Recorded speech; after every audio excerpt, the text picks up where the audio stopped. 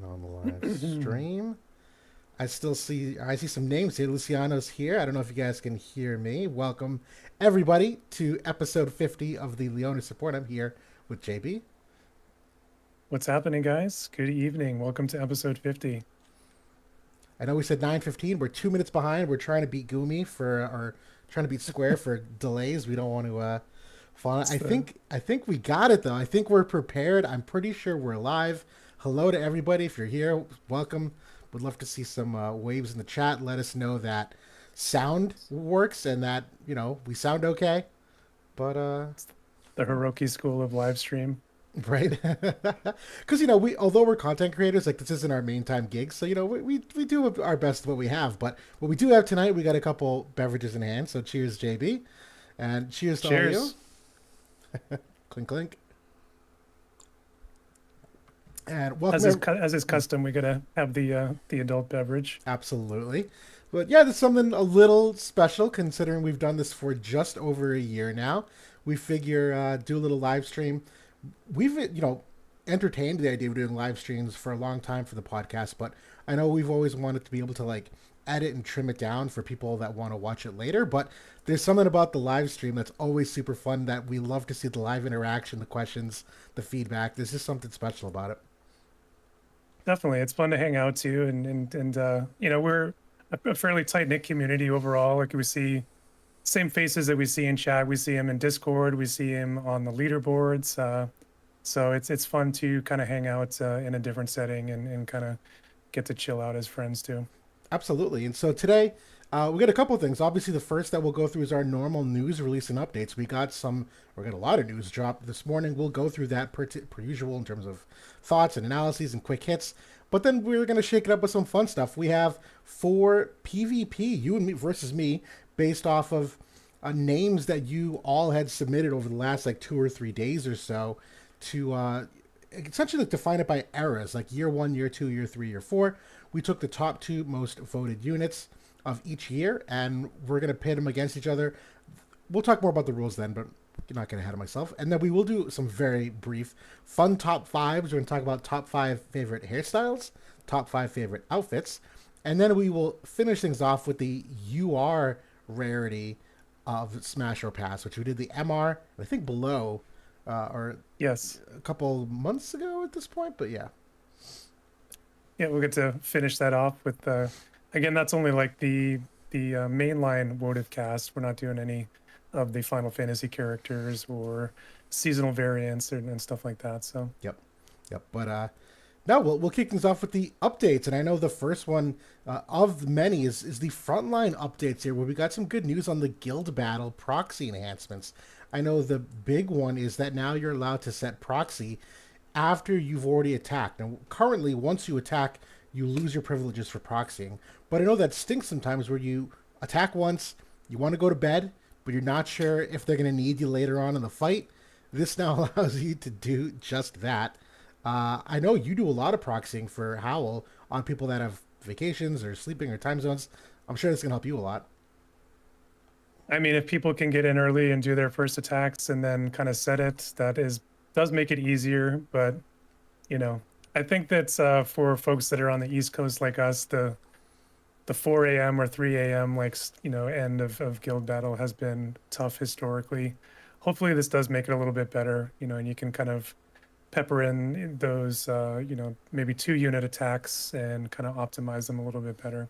Yep. And then for those that do proxy, I know one of the other ones is that you'll now get credit for participating if you proxy, where that wasn't the case before.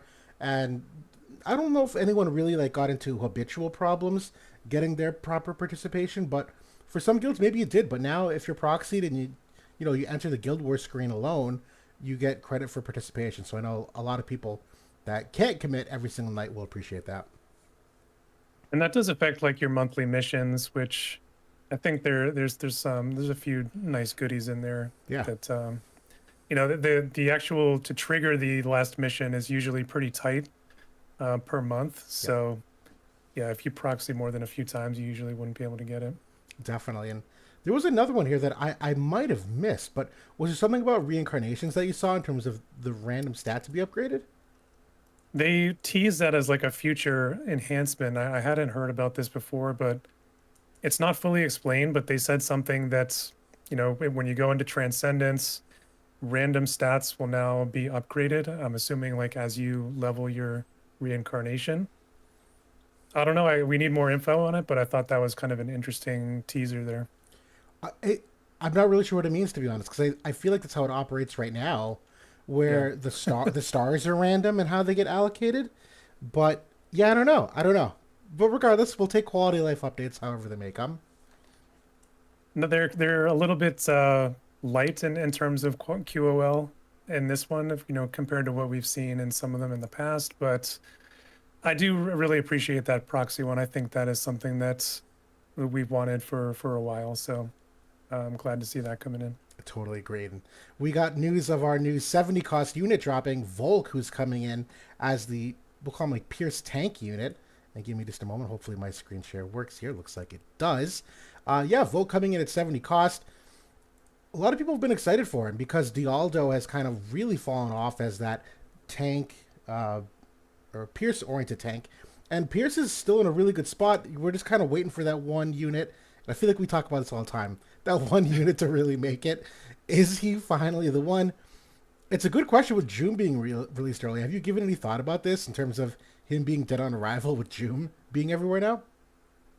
So I know that we've been talking about this upcoming Pierce meta literally for months. Like we thought, every new Pierce unit that's been in the pipe, we're like, oh, is this it? Is this finally?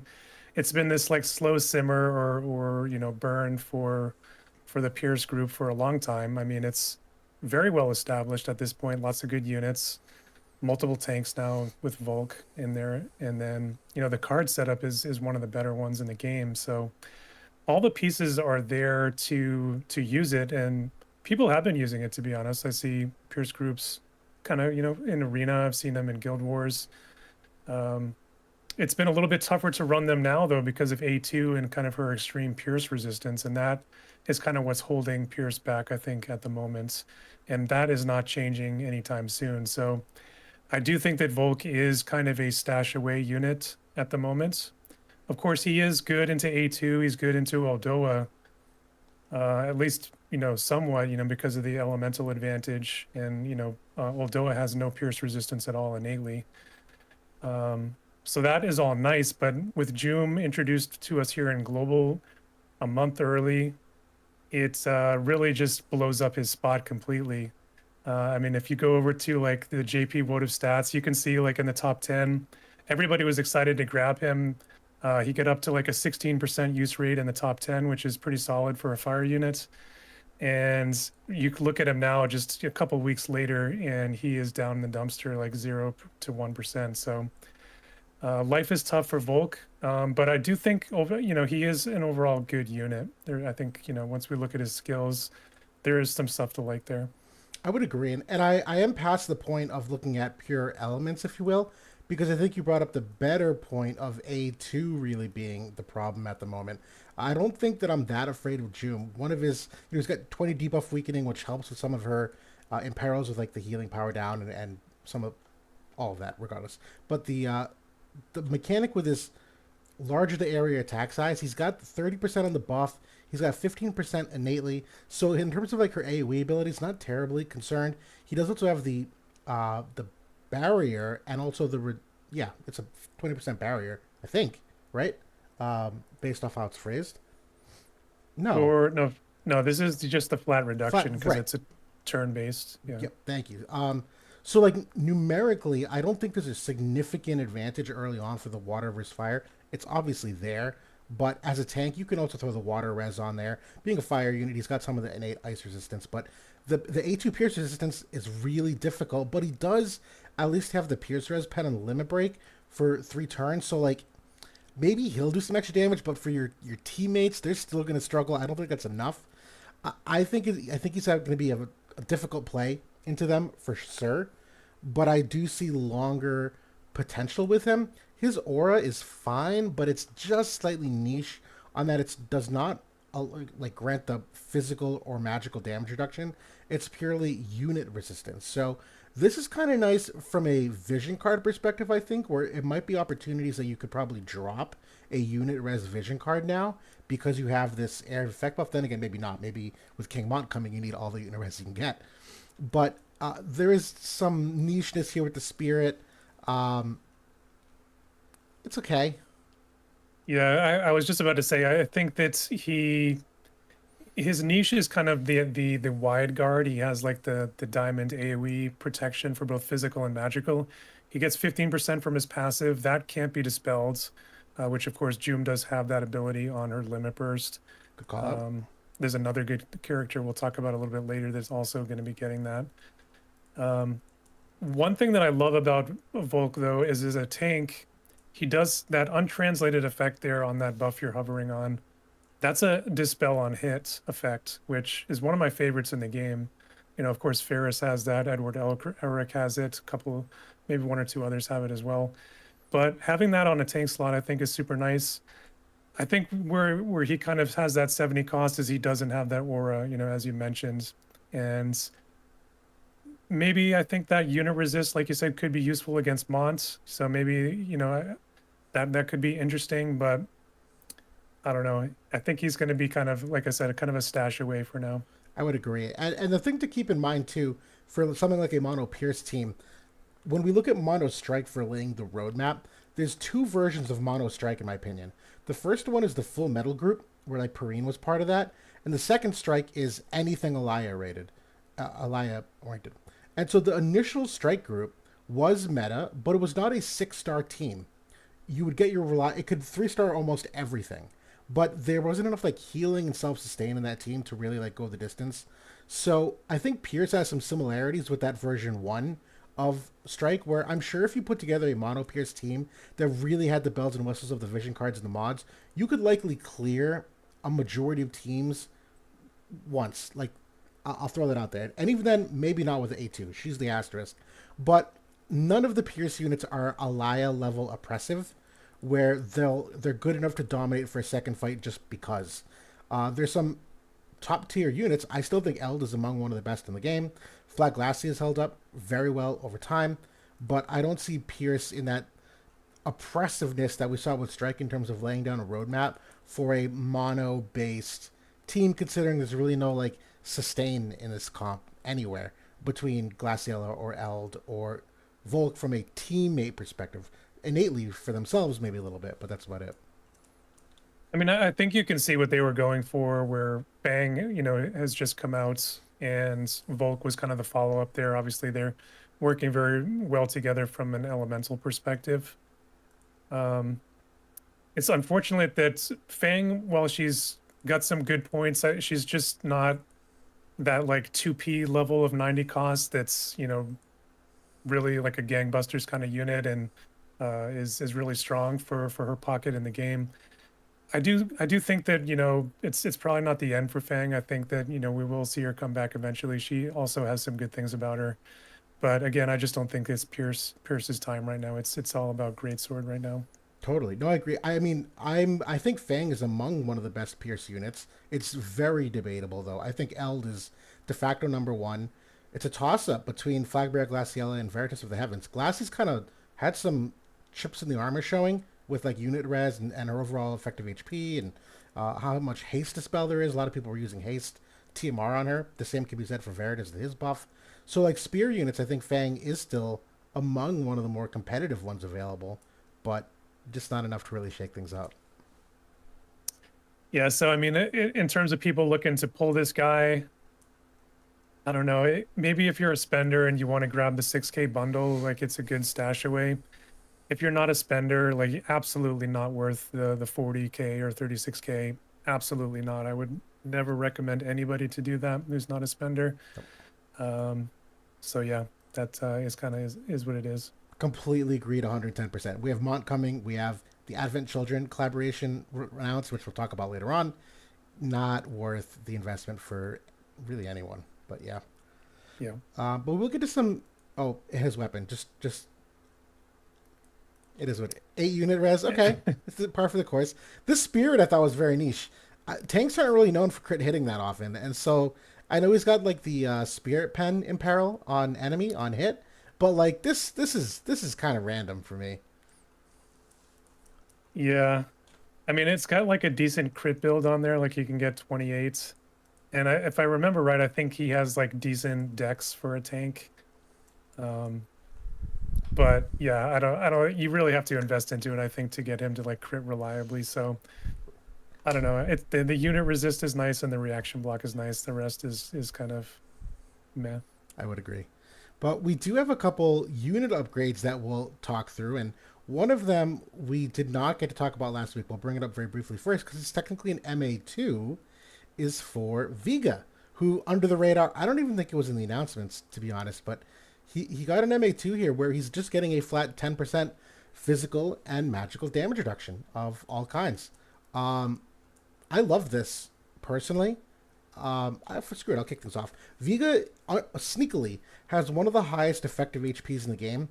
One of his problems is that he doesn't have the typical like heal backs and healing that most other units do. He has a little bit. It's not really feasible in builds though, so that effective HP doesn't really get the same like mileage as some other units do.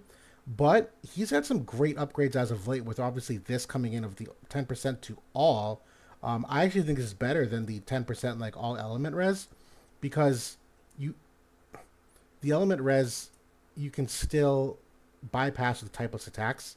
This one, there's really nothing to bypass this. And then his axe actually got the upgrade as of late with the 10 AoE resistance. So I think all of those in conjunction with each other, he's a lot more viable than he was 8 months ago. Yeah, that was one of our biggest complaints initially when he came out, was that he just didn't have the kind of innate defenses to sit on top of the HP factor that he has. So like you said, the weapon came in and now this has come in, and I think that it does round him out a bit better. At the end of the day, I think that he's still not competing for like the top couple spots in the lightning elements. He's probably competing for that like third or fourth spot at best. But much improved. If you had him built up from before, maybe you can take him out against Doom. He is good against slash damage. So He is. He's always had that niche of the slash damage and strike. Or no, I'm sorry. Maybe it wasn't slash. It was strike and magic. That's what it was. I'm sorry. Um, so a I little. think maybe his counter is maybe good against slash damage. Yeah, he's got like the counter attack there. Mm, yes, but it's not slash in particular. True. Yeah. Yeah. Yeah. Regardless, good upgrade for him. I don't know what else I would do to improve it, to be honest. But we're getting updates for limit breaks for global exclusive units. Starlight Helena is one. Zazan and Dwayne are others, but we don't know Zazan and Dwayne's quite yet. But we do know Elena's based off the JP data. And so, Helena, who actually had a small resurgence there when Helena, the Black Rose Helena was released a couple months ago, never really sustained. But her limit break it's not changing from an AP or a size or targeting perspective, but she's getting a Dispel Shell on effect here, and then a mid-fight increase of evasion rate of 25%.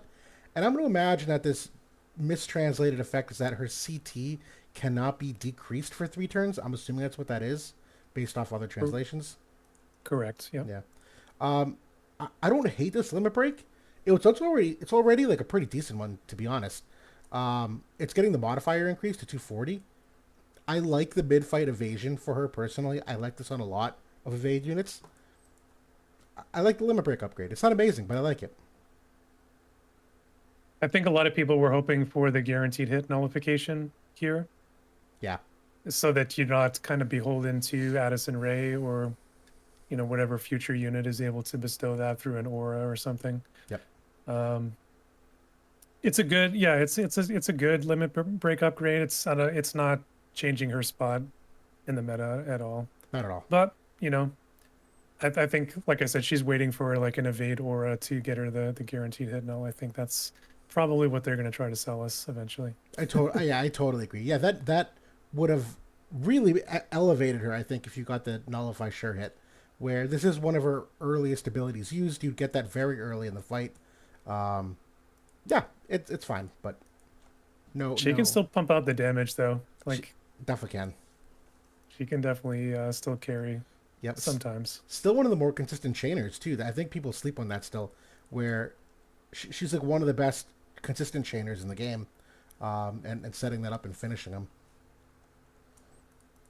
But like many other units like of that era, though, she'll be one shot, you know, especially if they have courage. No, I mean courage removal. removal, So absolutely. Yep, totally true. But there's a couple small equipment upgrades we'll go through briefly. One of them is the flowering. This is the Howlet the Heavens Blade weapon. And this one, they're really just throwing an extra 10 accuracy his way. I'm pretty sure that's the only change that's coming in here. This one's okay. Okay, thank you for the 10 accuracy, but I don't think that really changes my analysis for anything. I mean, it's already a good weapon. The aim build is really nice now though, because it's got the 34 base stat, and then Oh, good so you call. can essentially replace Alex Ring there. So I like that. I honestly, so often these stats don't get that much of an enormous bump on the alternative builds. They usually just go for the assault or the magic, and that's the one they really like give the big upgrade to. 34 accuracy is much more significant than I gave it credit for. Yeah. So, you know, if you can cover your accuracy with this and give him survival vest or something like that. I like that a lot. The other one here is the Divine Horn. This is Jaden the Celebrated's weapon. This one, they're just going for an extra 5% resistance on these three elemental types. I wish it was slightly different. These in all the metas I've seen have never really been enough to do anything for him. That even against the light and dark meta that we just went through with Vivi Helena, this really did nothing to elevate him. 5%'s not making a dent in it, and the wind resistance, obviously being an ice-oriented unit, this is like a low priority anyway for elevating him as a unit. I think this is kind of a swing and a miss for me. So here's my hot take on this one, and it's absolutely copium, but hear me out. Obviously we have Cloud coming in, right? We'll talk about him, but he is light elements. The spear group with Volk's card is getting a light resistance card, and Jaden has this weapon for 15% light resistance. Maybe, you know, depending on what Cloud's resistances are, maybe Jaden could be an interesting counter pick, or spear in general could be an interesting counter pick there. I don't hate it, but what about the other great sword units? Where's my ice res and my water res here? Like it's. True. But I know where you're going with that. But considering Cloud might be one of the more OP of them, certainly a good thing to look for matchup wise. Definitely. And then the Radiant Dragonhorns, which is Bridal Elias, she's getting 10 crit damage here added, which she actually does semi-struggle with crit hit rates, but there is a fair amount on the Strike Vision cards, and she, of all units, does tend to be reincarnated a little higher than most, so her crit rate does tend to skew a little bit higher. So I don't hate this one for her, because it's not one that I'm typically putting on my trust stones, but could be worse. Yeah, this one's kind of Like I agree. I wouldn't normally go to this as a trust stone, but it's kind of nice as a throw in for a little bit of extra damage. This one too, I will shout out the crit build here because you can get that fat crit rate on there. So yeah, I mean you're only dropping 39 attack to pick up 21 crit rate. I think that is definitely worth it. Absolutely worth it. And yeah, this weapon's already so good. I think that's kind of my angle, is that this is already fantastic in terms of what it offers you. I don't know what else I would want to have seen here without making this a busted weapon for an already busted unit. You know what I'm saying? I think 10 crit damage is balanced. And as always, I do love it when they make these weapons that are kind of buffing the old classes too. So. Absolutely. Yep, good call out there. So we've gotten through most of like the general balance related updates. I know up next we were going to talk through some of the PvP news. Limited Arena is actually starting this week officially. The mock period started today. We have today and tomorrow unlimited refreshes to test out your team against every other team possible. Once those 2 days go by, we're locked into 5 refreshes a day. It's whoever has the best team and can rank up. It's going to be hyper competitive at the top end as always. I don't foresee myself going nuts with this. I'll probably put together a team or two, but I won't lose sleep over it. But obviously, it would be fun to do my best. I don't know what your hopes are for it. I mean, I think that I kind of found last time that there is kind of an intrinsic advantage depending on when you can get in there and do your matches, like the time of day. And depending on like if you can get in there super early or super late, there seem to be some advantages in some of the rate ups that you could find on certain opponents. Um, but it's I think that it's a good time to do it because a lot of people have the bonus unit.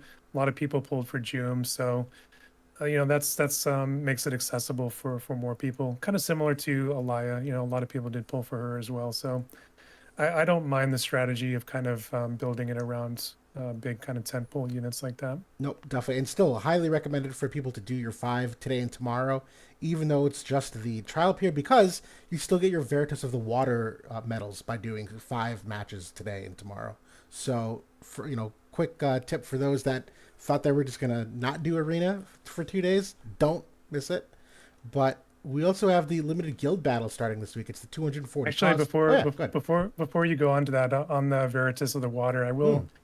We'll shout out Ram9 getting level 120 Veritas of the Water either yesterday or maybe this morning. But he's probably, if not the first person, within the first small handful of people that have been able to do that. So kudos to him for grinding that out. Great shout out. I think he's been top 10 almost every week. I know he's been one of the consistent ones. There's been a small handful of that has been consistent. I started off only doing top 1,000, just figuring I'd wait I think it was like 13 weeks I predicted, but I've actually started to go for top 50. One thing I didn't account for in my like projection was the reincarnation orbs, that there are some breakpoints, and it doesn't take a lot to reincarnator, but it takes enough that if you place like top 50 versus top 1,000, you can max reincarnator like a month earlier than otherwise. And to me, a month was enough that I was like, no, I'll try a little harder. Yeah, I've been kind of between top 50 to top 100. I'm trying to stay in that ballpark, so I'm getting close to max limit burst as well. Nice. Yeah, I say that, but I placed 52 this week. I went to bed. I thought I was safe. I wasn't safe. I woke up in the morning, rank 52. Like, oh, okay, thanks. Same thing happened to me. I was 54. Were you really? Oh, yeah. There's the advantages and disadvantages of East Coast playing. Yep. But yeah, so we also have limited Guild War coming this week. It's the 240 unit cost. The I don't know what other restriction. It's just unit restriction, right? I don't think there's anything else with that. Yeah. And it's just the fire element is getting a boost, and spear is getting a boost to agility. So. I don't mind these weeks. I don't care for limited Guild War the same way I used to, because 240 cost, we still see a lot of meta teams end up being used, and being frank, the level of competition and how they sort these limited Guild Wars, there's enough mingling with the lower ranks for even just like the very casual top 50 guilds that most of the week it ends up not being terribly engaging, which is not the worst thing. Sometimes we need that little reprieve, if you know what I mean. But I've always liked this angle that I thought 240 would give you opportunities to use units that you wouldn't otherwise. It's less and less so nowadays, particularly with the job VCs, that you can more easily mix a wider variety of characters and things. It's okay. Yeah. I mean, I think 240, you're more likely to see the lower stuff. Like it's like 170-70, or it's 180-60, 190-50. So, I mean, there's different iterations, but I agree overall. Like, definitely when we have like the vision card restricted ones, like the last one it was just the meta teams. It was just the strike team. Right. It was literally just copy and pasted from normal Guild War. It's going to be a little bit harder to run. Obviously, you can't run the full like Grey Sword Aldoa team this time. You'll have to mix in some kind of low cost option there. So maybe I'll test out Bromwell and see what she can do. Yeah, bring out the Winter Ravies again for the Great Sword team, see how that works out. Yep. But that's a good point. You're right. The 270, the 170-70 does change it a little bit. I just know that from a lower cost perspective, there's a couple characters that have really shown their value, like SR Little Leela, for example, where they're just so heads and tails above the other costs of comparable. I don't think it allows for the variety that one would think of when looking at this kind of content. Like, as good as Kadia is, and we see in the WTL, I don't see Kadia in limited Guild War. You know what I mean? Like, not since Bradley went away, for sure. Yeah. Right. But we're getting some other last things before we talk about other great news. I consider this great news. We're getting free match medals times 10 this week, and those of you that haven't been doing it, they actually apparently listened to you on the podcast a couple weeks ago. They finally implemented the 50 medals participation instead of was it 10 prior? So yeah, free match Yeah. medals. Go get those guys, definitely. Well, shout out to Brad in the chat too, because I know he was bugging Justin every day on the main chord. So somebody finally got the message and we got that. It ended up not being as nice of an upgrade as I initially thought that it was going to be, but hey, more medals is more medals. And when we have times 10, I believe that that participation is also should be times 10 as well. So Yep. should be minimum 500 per match, even if you lose. So hopefully people will be queuing up this week and we can start farming up our currency to get those Esper potions that everybody needs. Yes, the Esper potions are the biggest thing about why you should participate in this. Every month, you should aim to get the Esper potions from the arena medals and the free match medals at minimum. Mhm. Yeah, and then arena as part of that is also getting times 5 medals. But I think I think I think people are probably doing okay for arena medals. I don't know many people that to be fair, that shop needs a little bit of an overhaul. The arena shop, there's not a lot there that's really enticing, but still. No. I mean, I'm still kind of trying to pick away at my Sage's staff. I'm getting closer, but yeah, I prioritize those potions first. Definitely. Actually, we'll do just like a small segue because I feel like this is topical and we've never talked about it. Esper potions. I was gonna do a video on it, and I started, and it was one of those things. That's like, I don't know if it's a hard conclusion. How have you been doing with your Esper potions so far? Like, is there any like recommendations or things that you've done in particular? I've only done a couple of Espers so far, just because I kind of do them on an on-needed basis, where I see some value. And two Espers in particular that I was always wanting to pull in more nodes were Ultros and Dark Siren. Two of my most used Espers, and yeah, being able to pull in the extra magic resist or the extra lightning resist, or these different things has been useful. So I ended up upgrading those two. But there are a couple others that I'm looking at now for like PvE stuff. Like I was looking at the MR Curl Esper, Yes. just to get like the extra crit damages and all this things. So yeah, those are just a couple that I've done. Ironically, I did the same. I did Ultros and Dark Siren. Those are 1 and 2 I immediately did. I think my next two that I really appreciated was what's the dragon light vision card that just came out? Voldisk. That's the other Right. one. Voltus is the lightning one. Oh, The light. Shinryu. Shinryu. The Shinryu one is actually very good. There's a ton of nodes on there. And my thing is that I typically wait till I can get 150 potions to do the average full branch, not just like 2 nodes. I want to get the 5. Shinryu is one of them, and Voldisk is another one. The Voldisk also has some good ones. A lot of them tend to be like slash oriented, slash attack oriented, but I went through like 10 or 15 different espers. There's not a lot of them that really have like a very competitive 4th branch that you want to like unlock, because a lot of them end up being just like crit evasion. A lot of them end up being like slash attack, which is okay, but obviously not every unit is a slash attack oriented unit. It's yeah. My only recommendation too is the shop. Every 2 weeks or like 3 weeks, they do for 1,000 viz in the shop a select ticket, and that select ticket has black potions on it. Now, black potions, I don't know how many of you guys in the chat have seen this. Black potions are not available on the arena or PvP tickets, but black potions can be used at full value, no discounting, on the typeless ones like Bahamut, Dark Odin. And so I think the exchange rate for Odin, Dark Odin, I think it's abysmal. I don't think anyone should be wasting the Esper potions at 20% like penalty or 80% penalty to upgrade them. I would highly recommend looking into that shop when it rolls around. 3k viz, and that's 150 SP for any one of those Espers. Bahamut is a great one. Bahamut's like the best one, I think, to get that full extra branch. So yeah, just to look out for it. I will shout out for Ashen King Mons. We'll be seeing him relatively soon here in Global in maybe 3 weeks, 2 weeks. But he's going to come along with Dark Titan, and I absolutely think Dark Titan is investing pots into. So I am setting aside some some earth pots for that one. I love it. Good recommendation there. The other big piece of PvE content coming out is the Realm Scourge multiplayer event. They're not only rerunning the Realm Scourge, but they are eventually doing like a new version of that as well. I honestly wish I could remember off the top of my head. I don't remember what it is. Was it just Realm Scourge? I thought it was a different name. I think it's it's like a rerun of the Realm Scourge, I think. It very well could be. Let me. Sorry, my screen's all.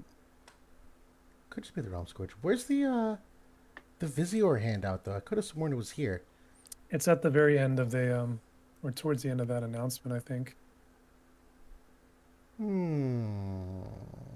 Keep going up. Okay, no, I saw it.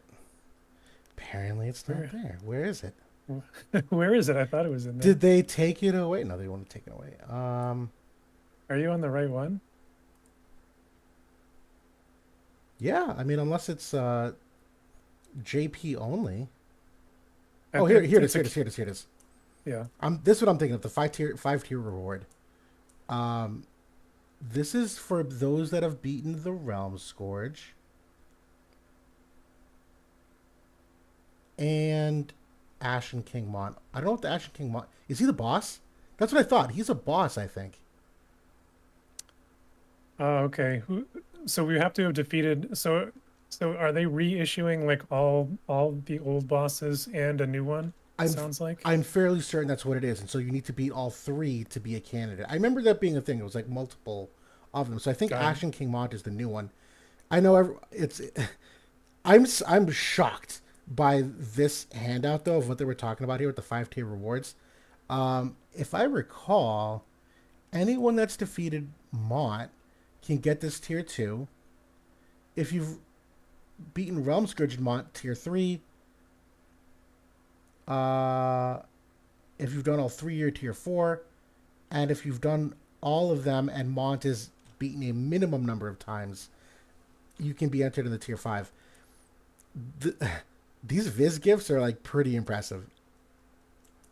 Yeah, so I mean the total number of players is like 10 for the big prize, then it was 100 for that second prize and 1,000. So quite a big part of the player population is going to get at least 1,500 Visior, which is nice. Yeah. I will shout out the last one that we got for. What was our last one we did? Was it Moraga? Yeah, the Moraga boss. Yep. I got the 10K prize on that one. Nice. Nice. So I'll knock on wood. Maybe I can get another prize here. Help me pay for King Mont here in a few weeks. Please do. I hope someone I know gets it. I think this is a wonderful thing that they do here. I can't like emphasize this enough because you think of how many players actually are in global. The odds are like decently low that you actually end up being one of the top ones. So I don't think Gumi's giving away the house with this amount of Visior. Because even the second place here, the 15,000 and the 20,000 Viz, that's still not good enough for your average banner. 20,000 Viz is still not technically good enough for like a hollow VC pity. Obviously for like pulling a unit, it's not as effective. So like, I don't think they're really giving a lot away, but I think this is an amazing incentive.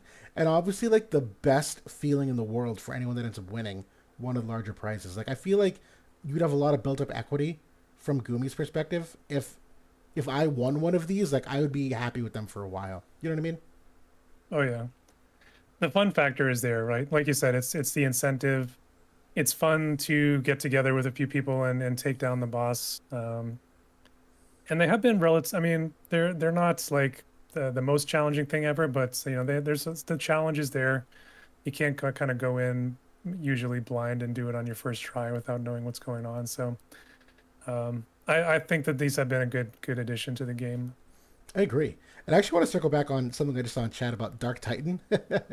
someone, if I'm reading this correctly, said Dark Titan blows. And I have to just recheck myself to see what I'm seeing here. Is misinformed, I would say. Yeah. This is an 18 agility Esper #1. That's the first thing you look for. The nodes, though, again, this is a DPS oriented Esper. Am I in Builder? I am in Builder. Human Killer, 25. That's like a must for most of these DPS ones. You get your 7% attack. Um, then you can really pick and choose here in terms of like what character you're using. Because obviously lightning res is kind of nice. That would get you up to your 25. It's the first 25% lightning Esper of UR rarity. Ochu can hit that, but no one else. So you could go that route. If it's a slash unit, obviously go for those nodes. I wouldn't go so far as to get the elemental chain res. We've talked about this. Kind of meh. But like the magic res, certainly nice. Crit rate, certainly nice. I do like this Esper a lot. Yeah. I think like I was a little bit disappointed with the elemental chain res, but I think on certain characters it could be interesting. Like it's like a niche thing. Like if the unit already has like say, 30 or 50 kind of base, you could add this on and kind of build that up. Definitely not as good as debuff weakening or some of the other defensive effects that they added though. No. Obviously like it's a best in slot for Mont though, with the earth attack, slash attack, human killer. This is like his best offensive Esper. Absolutely. And just to context, Garuk in his own mentioned, he clarified it wasn't that the Esper blows, is that it blows before 3 units and 3 hollow vision cards. To that extent, I agree. Yes, the timing is tough. Yes, swinging that cost is very difficult. But last thing we'll touch on. Yeah, go ahead. That I agree with. Yeah. The last piece of news we'll touch on here before we go in like our PvP modes, we'll do our top 5s, we'll do Smash or Pass, is the JP news with Final Fantasy VII Advent Children being announced. I'll let you kick this off before I get before you get on your soapbox. Get on my soapbox. What do you think? What do you think about 7 Advent Children?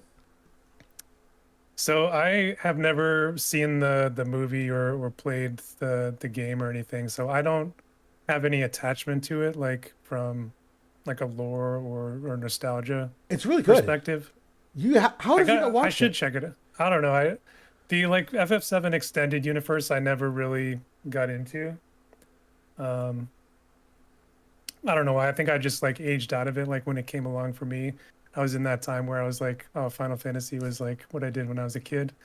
Obviously, I've come full circle in my 40s now. That that is an interesting diversion, but yeah. So it's not the first collab I wanted to see. I wanted to see 12. I wanted to see Tactics. I wanted to see numerous other things before we went back to the Final Fantasy VII well. But I'm not sad to see Cloud come back. I'm not sad to see Tifa come back. I don't really know anything about Kadaj other than it's like seems like a homeless man's version of Sephiroth. But yeah, that's fine. It's a new character. Sephiroth is where like it kind of went downhill for me because this guy was literally a meta unit for the better part of a year now. He's only really been out of the meta for 5 months, 6 months. And even then a lot of people still use him. So it sucks that not only are we getting a new version of him, but he seems to be like the one that is the most powerful kind of with this new status effect and everything. So that's kind of my kind of surface level thoughts about it. Yeah, I was in the main chord talking about this initially, but publicly now, I in no mincing words abhor the decision for Final Fantasy VII Advent Children. I'm like actually seething mad, and I'm smiling and laughing because I'm going through the 5 cycles of grief, or the 5 stages, and now I'm at like the bargaining phase where I've gotten past some of the others.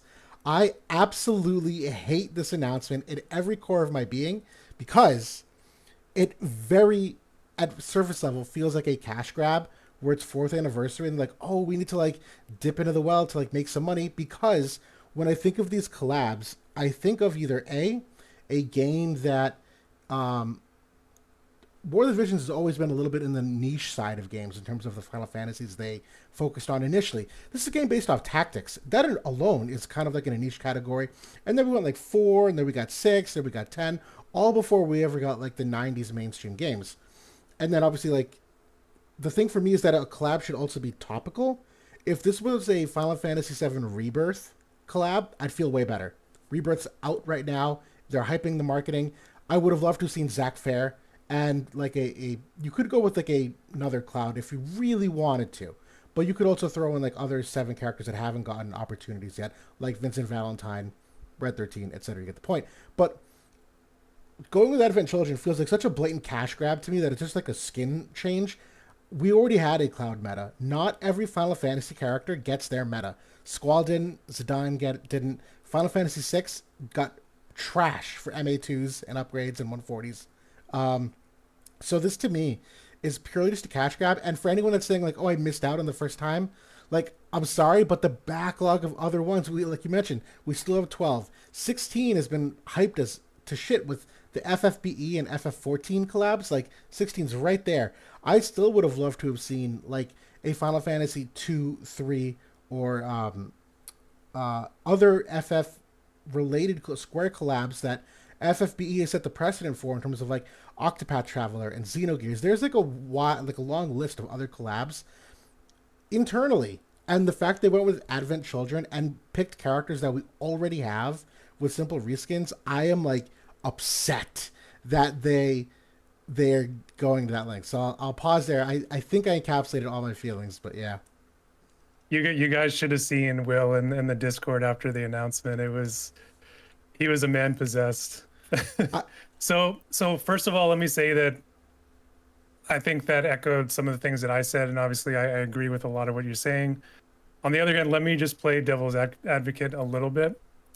I will say that, I see a lot of people saying cash grab, and 100%, like, what collaboration is not a cash grab for this game? That is the whole point of it. Like, that is why they put them in, to get players in, to get the existing players to spend money. That they're a business, and these are kind of their best assets to get that money. So you can kind of see their angle from that standpoint.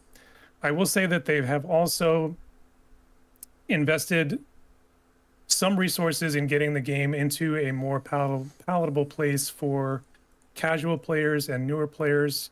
And maybe they feel like this is the time to go back to FF7, which is their #1 brand, to maybe pull in more players to get us another year or two potentially, with whatever 5 or 10% of the players that come in that end up staying on long term. So that is kind of my rebuttal there. But yeah, I absolutely would have loved to see other ones. On the other hand, though, Final Fantasy 2, Final Fantasy 3, not making anybody any money. Nobody, no, I agree with that. other than obviously that they have their fans, and I'm sure some people love Farian and Onion Knight and all these characters.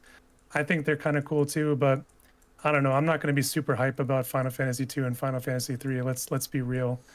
Final Fantasy 12, to be honest, it's kind of more of a niche Final Fantasy as well. Yep. As much as I love Fran and Balthier and Bosch and Ash and these characters, Canelo and Vaughn absolutely destroy the game for me, and I think that is what stopped that game from really achieving greatness in a lot of ways. Final Fantasy 16, though, I 100% agree. That is this is the time to bring that game in. I don't know what their plan is with that, and I don't know what Yoshi P has to say about that either. That's a good point because Yoshi P has been vocal against 14 being in gacha games, so maybe 16 being his baby is also that. But then again, FFBE put in 16, so that logic doesn't hold up there. I have no leg to stand on with your rebuttal. I think that's all completely sound strategically. It's just one of those things. It's like if they think now this is the chance to like recoup. I don't know, maybe it is, but I just hate to see it. I wish it was other Final Fantasy characters than Tifa again. Cloud I can maybe stomach. Sephiroth it's too soon. Tifa I think is too soon. And Kadaj is the most whatever unit ever. I'm so mad that Kadaj gets a unit and Zack Fair doesn't. I'm like mad. Kadaj sucks. I'm sorry. Okay guys, next topic. I don't know. I want this Tifa to be good, like, because the Wind version, like, she had her time briefly with 2B and HLL. That was like such a niche, like, small time scale of a meta, and she's been absolute trash since that point for the better part of several years at this point. So I 100% don't mind seeing her come back, especially with her looking fine in that outfit. So I won't disagree there, but we do have snapshots to their kit. I guess we'll go through them quickly. I, I'll be honest. The fourth anniversary power creep is getting a little much for me. The amount of things here, I'll be honest, my eyes glaze over. As a encyclopedia of the game, people who like you and me who literally do nothing but digest this info all day on a week in week out basis, studying and memorizing characters, engaging all types of content. This is tough for me to give any thoughtful analysis to. I agree. Like we just had a big bump with Joom, and we'll soon see Mons, but we've been looking at him in the same vein as well. And you kind of are wondering, are these characters going to be even a step beyond these two characters, or are we going to come down a rung and these are going to be the solid characters but not reaching Joom and Mont levels? That is going to be kind of the proof in the pudding for me, what they're doing with the power creep here in this year. And if these characters are coming in to blow up Joom and blow up Mons, and these are like the characters you have to have, that's not going to sit very well with me either. No, I jokingly, but like I'm actually kind of serious about it. Said like I'm not spending on these banners. Like I really mean that. I am so like in protest of what they did. I don't want to spend on it. I likely won't. I don't know if my appetite for the game is the same with this level of power creep coming in. I could do a lot of the anniversary last year and even Road to Worldwide we somehow got through, but it's getting to the point now where as a analyzer of the game, I don't know how to analyze this anymore because it's also dependent on a bunch of different things. I have no idea what's active or not active at any time. There's so many different dispel interactions that go on. It's increasingly difficult to play the game that I want to play the game the way I want to play the game. That yeah, it's tough. I hear you. At least like in terms of mechanics, we aren't seeing anything new here other than what appears to be Sephiroth. Everything else, at least on a surface level, it seems we have seen it before. I'm curious what the deal is with this status effect, though. Like this seems a little bit OP, especially against the teams that are kind of going right now that are like super sustained, super heal heavy. And to be honest, that has been pretty much every character for the better part of a while now. Yep. So he may be setting a new meta there with that status alone, just because there's no protection in the game for it at all. Maybe they'll add it on the trust stone, but we don't have the TMRs, we don't have the innate resistances, we don't have the Espers, so you're not blocking a 67% chance with a trust stone. Nope, I agree. I'm not against them introducing the status effect, but I could absolutely see this being a type of meta reset for a little while where I think they've been doing this iteratively with the amount of like penetrations for like weapon penetrations like slash res pen and defense pen that now they're very obviously getting to the point where they're just doing like flat percentage ups and downs. And I think this is like another one where we're moving beyond the traditional stats and we're basically like resetting to what your attack stat is and what your HP is. Because I think the penetrations make most of the other stats, I don't want to call it noise, but like they're far diminished in their impact of things. I feel like this is kind of born out of the interaction between healing power and debuff weakening. And yeah, they didn't really they built out healing power to have kind of its natural counter that you could reduce it via debuff, but I don't think they fully thought out debuff weakening's impact on it, especially when you consider characters like Glaciella, Summer Glaciella in specific, who can reduce up to 75% of that in most of her setups. So you can see her shake off even like Halloween Lucio, huge healing power debuff at times depending on her setup. So it seems like they felt like they had to go another level to stop some of this sustain and healing power that they've put in, and this was kind of their answer. I agree. I don't mind seeing a new status effect. I didn't mind Frostbite when it came in, and it took a while to get like good counters against that, but this one feels like it's going to be really strong. I agree. You just hope that he has a weakness. That if Seth has a weakness, you can still play the rock paper scissors game. Um, Sephiroth beats Jume 2, but Sephiroth loses to Cloud. I don't know. I'm making something up. Yeah. And it seems like Oberon is going to be besties with him as well. Obviously, he has another fire katana. Yes. Yes. Those who missed out on Oberon, you haven't missed much so far, to be honest. But things are starting to evolve. We kind of thought they could with the katana class. We saw the katana being teased as a class that's being built out more and more and more. This looks to be a core foundational piece of that. Yeah. They are releasing the Vision card too. I really haven't looked much at this though. Sword Red Mage, Sword Warrior, and Great Sword. It's an attack percent, probably 60%. Unit res, maybe up to 20. Looks like there's some debuff reduction for duels. This looks like a good card at face value, just from the very brief glance we have. So it's definitely built with Cloud in mind because he's a light greatsword, and light is all about warrior right now with Lucio and Bartz. So you can see this being like an incredible card for that combo, like in a mono setup. But then Sword Red Mage and Greatsword has A2's card for AOE res. This gets you unit res. So that's a super good combo now for Red Mage and Greatsword because both of those cards now have excellent attack modifiers with the slash attack and attack up. So I'm definitely going to be grabbing this one. Me too. Absolutely. We were going to poke around at it, but just think about the concept or think about the trickle down effects. We don't have to go terribly in depth, but the trickle down effects of these units and what they might have from a meta perspective. And just to recap, Cloud is light greatsword. Tifa is an ice strike unit. Kadaj is water katana. And Sephiroth is fire katana. So we'll start with the greatsword if you want, just with Cloud being light in the greatsword. I mean, I see this class is amazing as of like greatsword is like really coming to its own.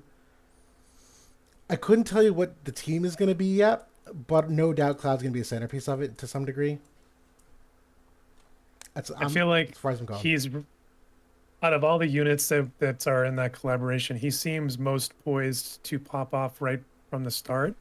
Like outside of just unique mechanics like Sephiroth has with his limit burst, but just from being like in a position to succeed with the units and vision cards, like Greatsword has it all. Like obviously they are top of the game right now, very much in the forefront of the global game, and JP as well. Yeah. Although Mont is over there wreaking havoc as well. But yeah, I mean, Joom, we have A2. That's an asterisk. Those top three are kind of the meta at the moment. The rest of it is kind of very much meh. They're not. I mean, some people are trying to mix Hio in there, but Joom just absolutely raffle stomps him. So Facts.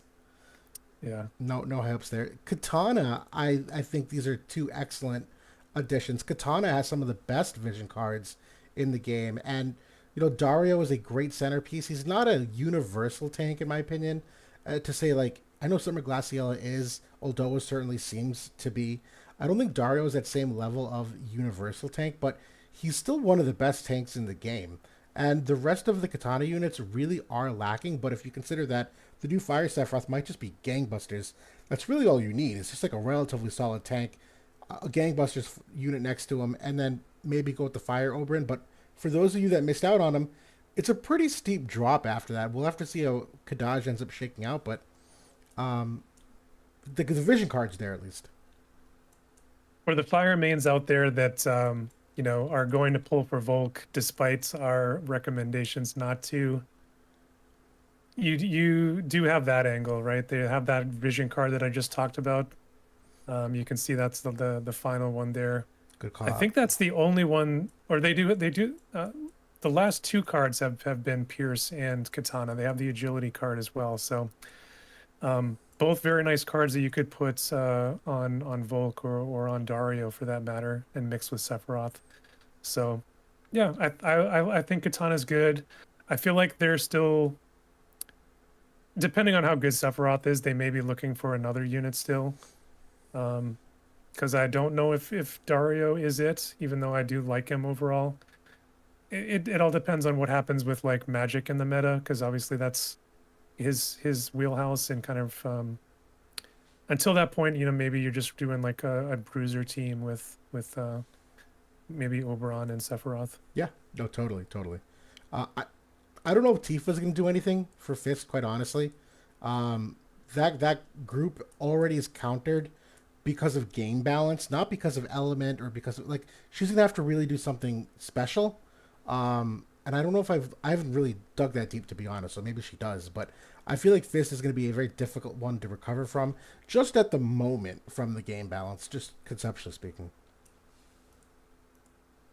Yeah, I don't know. I mean, she's the free character, so you're gonna build her up probably just for that, but I don't know. She's got like a barrier. She's got like some absorption, so she's got kind of like the self sustain.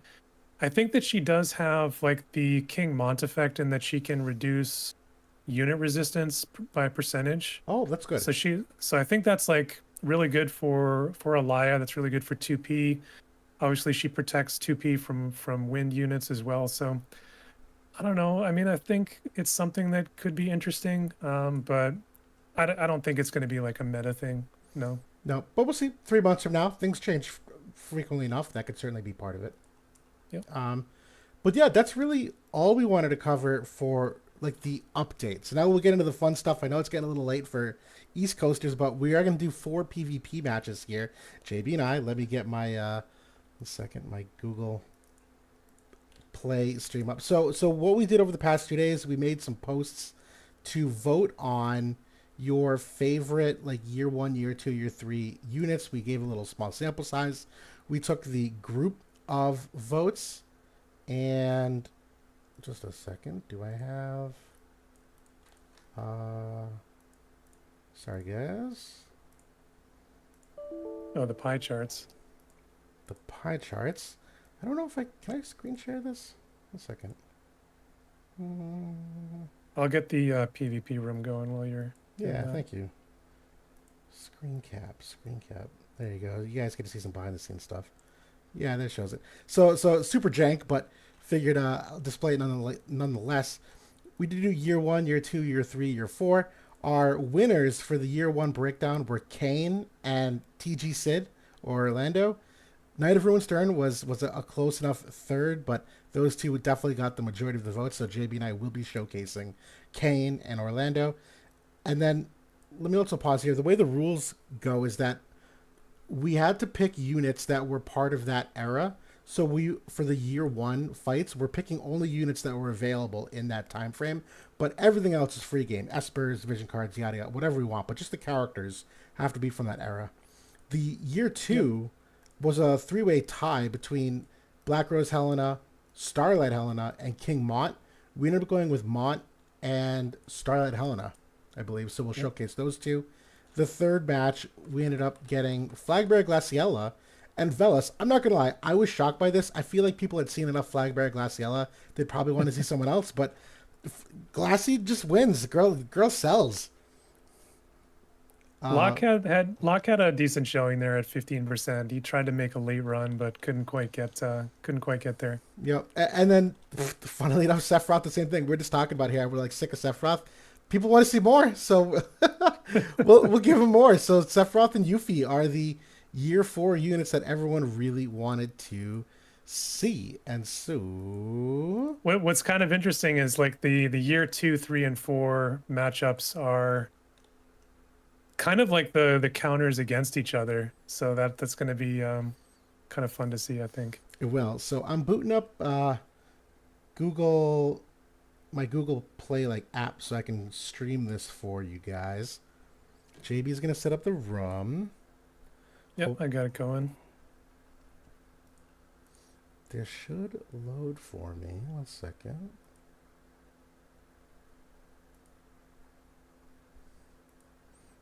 I think this is working. I think you guys can see my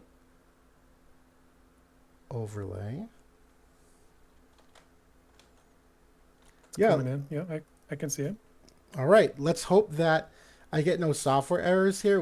I was laughing because like I'm running Streamlabs, webcam, Discord, your screen, live stream.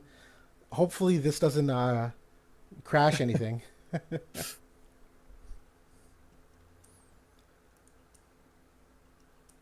All right, I'll give you the password when you're ready. I think I'm almost there. Yep, y'all can see the status of my account. All right, I am good for the friendly match. What's that password? 4865.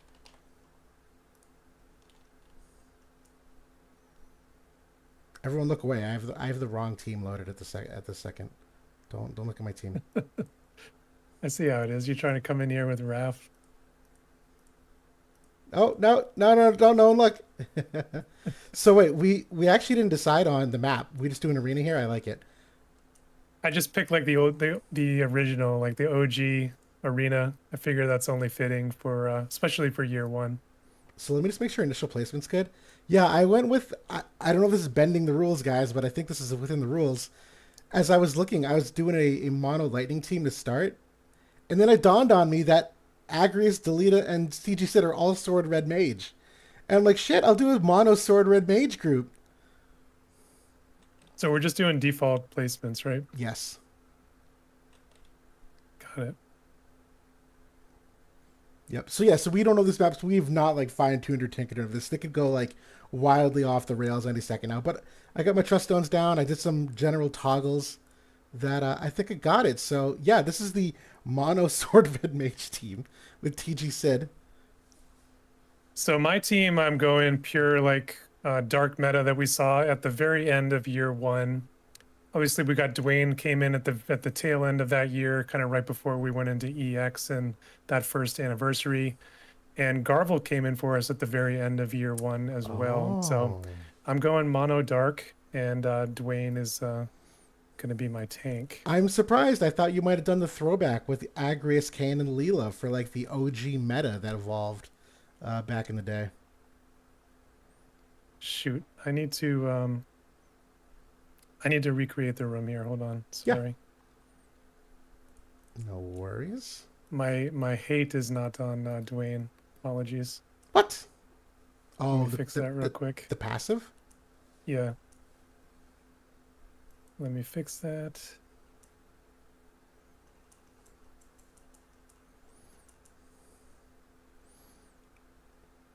What do you guys, just while we're killing time in the chat, how many people are doing gill farming? Because we're getting unlimited gill turtles next week too. Honorable mention. I know a lot of us have been like gill farming. I'm not a big gill guy. I do it on the weekends, but like I think I was at 2 billion a week ago, and I spent at least half of it for the Aldoa June banner. But I know some people are pretty nuts with how many billions of gill they have. Especially since like reincarnation came in, I try to get in there every weekend to try to get a couple 100 million.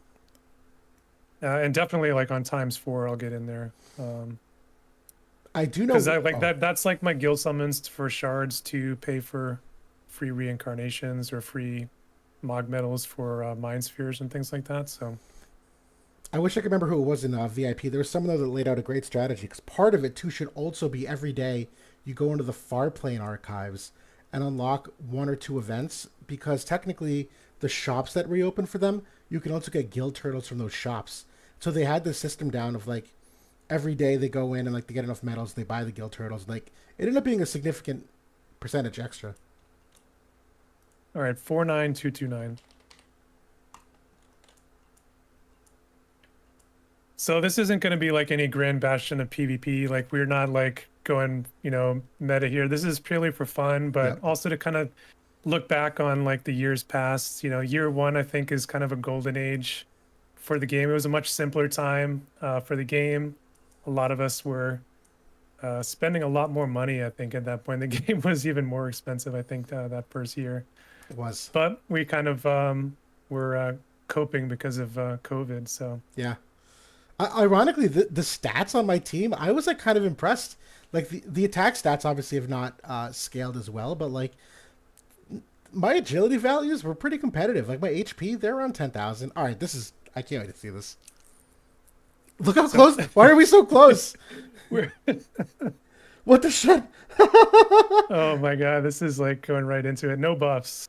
No buffs. We're just gonna YOLO. Oh my god. Okay. Not what I expected. Maybe we should adjust this for the second fight. Okay. Oh my god. Don't kill Dwayne here right off the bat. See ya. 75. Holy shit. Oh my Yeah, god. your team is fast as hell. They're my Agris is like 120. My Orlando's like 112. Well, all right. We're trading blows here now, though. That haste is gonna come back to bite, though. You're out of AP though. You are too, except for Garvel. True. Oh, I almost got that. Okay. Oh, Agrius is chunky. We'll take that. We'll take that. I don't know where Pierce res. Apparently, he just high-fived Sid instead. She's already lost her hate. Yeah. Can't feel bad for losing against this team. Right? Oh, Garvel's got something Oh. to say though. Oh. She doesn't have any buffs other than teammate buffs. I had to turn everything off, basically. Come on. Oh, no. Dude, this is going to be really bad. Does he have AoE that can hit both? Oh, the piercing attack. Dude, I think he's gonna clutch this. No shot. Oh. Does she have a... She doesn't... She's got nothing. She can't do anything. Oh, she lived. Come on, Agrius. I'm rooting for you.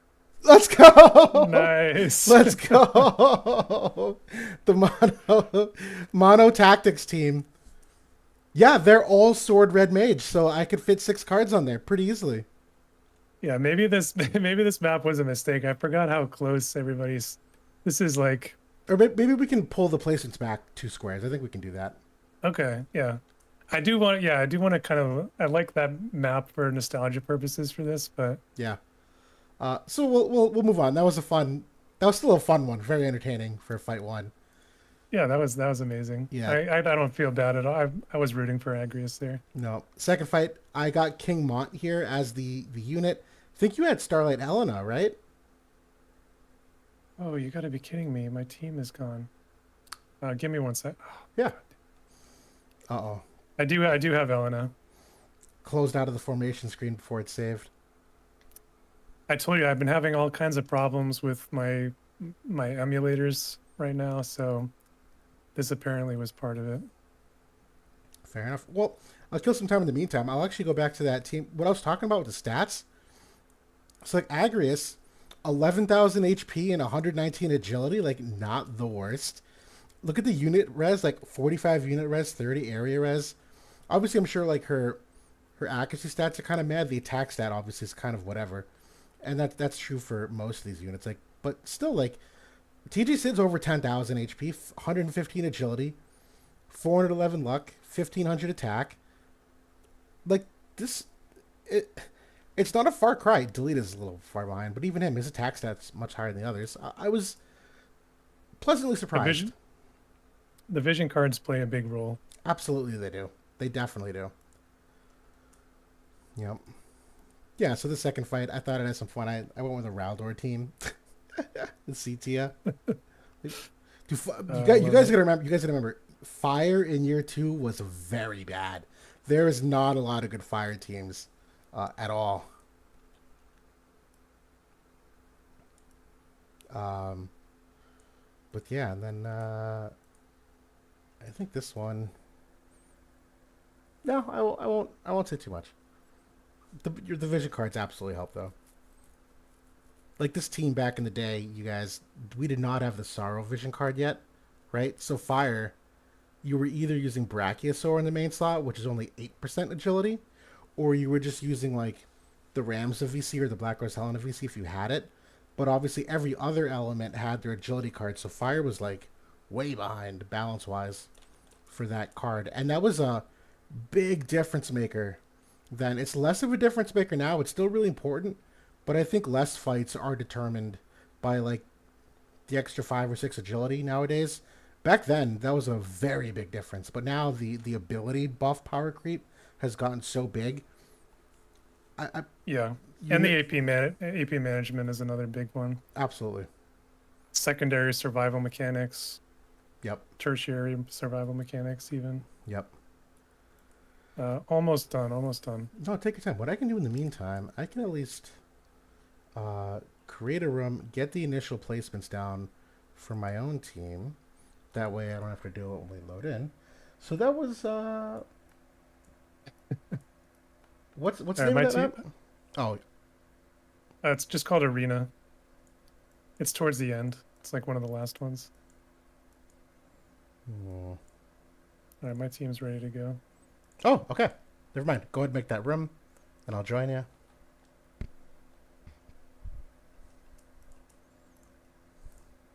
And we're just gonna set back 2 spaces, right, to the back. I think so. I gotta get in there to see it, but I think so. Yeah. Okay. Yeah. 65567.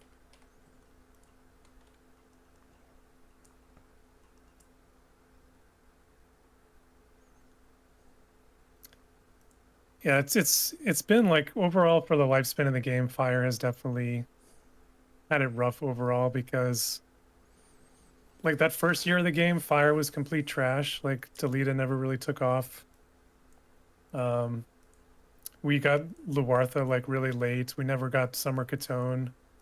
She came a year late for us. Wait a So minute. like pretty much ice ran rampant. They did. Fire at the time was only like ice or nothing. You couldn't beat anything else. We can only go back one square on this map. Want to just go opposite corners then? Oh, I know what you mean. Just play corners? Like this, like we'll set up in the corners. Yeah. I think that might work. That's gonna throw off my toggles here, but we'll let it fly. At least that way we can get a buff off. Yeah. All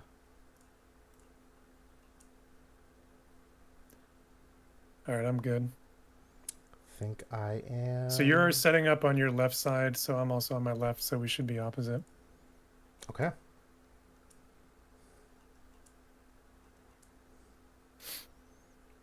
All right, so just kind of give you guys some insight into my team. I have Elena, so obviously she was the meta unit for that year and well into that and beyond. So I went for that classic Elena, Jaden, Engelbert team, which very, very hard to deal with for a very long time in the game. Pretty much until Winds kind of came in and finally shut it down with Joom and More the Merrier and those highly accurate units. They didn't even shut it down. It was just competitive. It still Right. it still took a while after that, even after those characters. Oh, Oh, we did the wrong side. All right, cancel. We're going to That's back gonna up. be another. Yeah. Yeah, we'll So I need to be on the. You need to be on the other side, yes, okay. on your right side, I guess. Got it. God. Sorry, Sorry guys. for the technical difficulties here, guys. But yeah, how many of you guys remember this light team here from back from end of 2021, like into early 2022? Yeah, And what teams did you remember countering it with even before Winds came in? It was hard to find solutions. I thinking back on it, I did personally. I remember building a Charlotte and Cloud and Frederica team that could deal with it. Yep. Though, like finding the accuracy was tough. I couldn't tell you all 3 units, but I know that VIP found a team with Aerith that could easily 6-star it. I can't remember who the other 2 units were, but I remember it was some next level stuff that they came up with. Was Lara Croft in there? Because didn't she come out around the same time? It might have been her, and it might have been Winter Victoria, the 2 missile units in Aerith, if I recall. I definitely used that team as well. Yep. But 59387.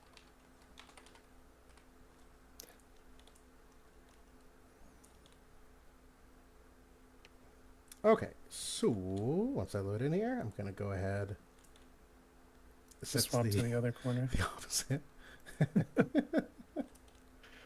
Irvin says, I use light to beat light, so stack light resist with the Jaden VC and Ellen a TMR. Well, we didn't have the second Jaden VC at that point, but I hear you probably used Demon Wall and Elena's TMR for sure. The light ring. Sorry, this is true corners. Yeah. I can't remember exactly when the second Jaden card came in. I think it came in after the second anniversary, though. I think that was which Jaden card? The Luck Jaden card with him and Oberon on it. I think that came out like when Violet came into the game. Yep, I agree. Yep, that was much later. All right, I think this is good. This is going to be like C'est la vie for Fire here. Their accuracy woes, I think, are going to be on full display. We'll see. I mean, they didn't have the Sorrow card, so they did not have the luck percent. And Raldor's got a lot of guaranteed hit, and Elena doesn't have the null. That's true. Raldor did get that we'll see added into. That's right, his upgrades. We'll see if I can get the Engelbert, though. I'm not hopeful on that. Engelbert, I'll be honest, I thought Engelbert was low-key the carry of that team for a long time. Because there wasn't a counterplay to him. Even magic damage didn't do well into Engelbert. Like, there was enough. And we didn't really have any way to remove courage for a very long time in the game, so... And then you stack, like, the re-raise in there from, like, the zombie TMR on Yep. Elena. Maybe you, like, we're using Yuna potentially in the team. Yep. Oh, taking that damage pretty well from Jaden.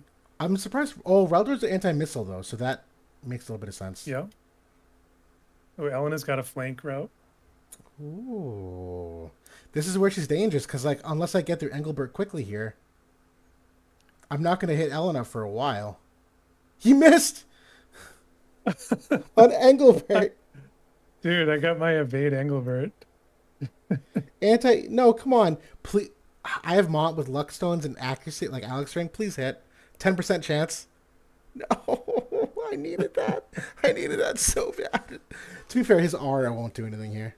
Oh, man. Raldor is taking the damage well. What can Setia do? Nothing. Oh, she can hit Jaden. I have luck percent on her, too. I have luck trust stones. And I have the Yuichi bow. Jaden's going to bring in his re-raise on the limit burst. Oh. It was such a cancer team, though, for a while. It was. Yeah, there's just so much. There's chain, there's evasion, it's magic type damage. Oh my god, he can't even hit it from behind. People think like things are like cancer now, and they are, but this was like for so long that this was like a top dog team. Didn't VIP run like a light wall for like almost a year or something like crazy? They all did, yeah. Hey, there we go. Okay. I just want Raldor to use his guaranteed hit once. That's the whole point of him, was that he had guaranteed hit. I'm like, oh, okay, he'll at least do something. Mon's doing good here, though. Yeah, he's a tanky boy. To be fair, my Mon is max reincarnated, so this is cheating a little bit. Yeah, Nabani. Light got a second run at it when Locke came into the game for sure. Just the secondary VCs and Trust Stones added a new wrinkle to evade too. People weren't prepared for at the start. This isn't even. It's not even entertaining anymore. I'm just missing an Engelbert. Finally, this guy dies. But Setia and Raldor are still like full health. Yeah, they're not doing shit though. Raldor's out of AP, and he can't hit, so he can't get any AP back. Oh my god! Bring out the fire Esper. Can he at least hit Jaden from the side, please? Oh my god, dude!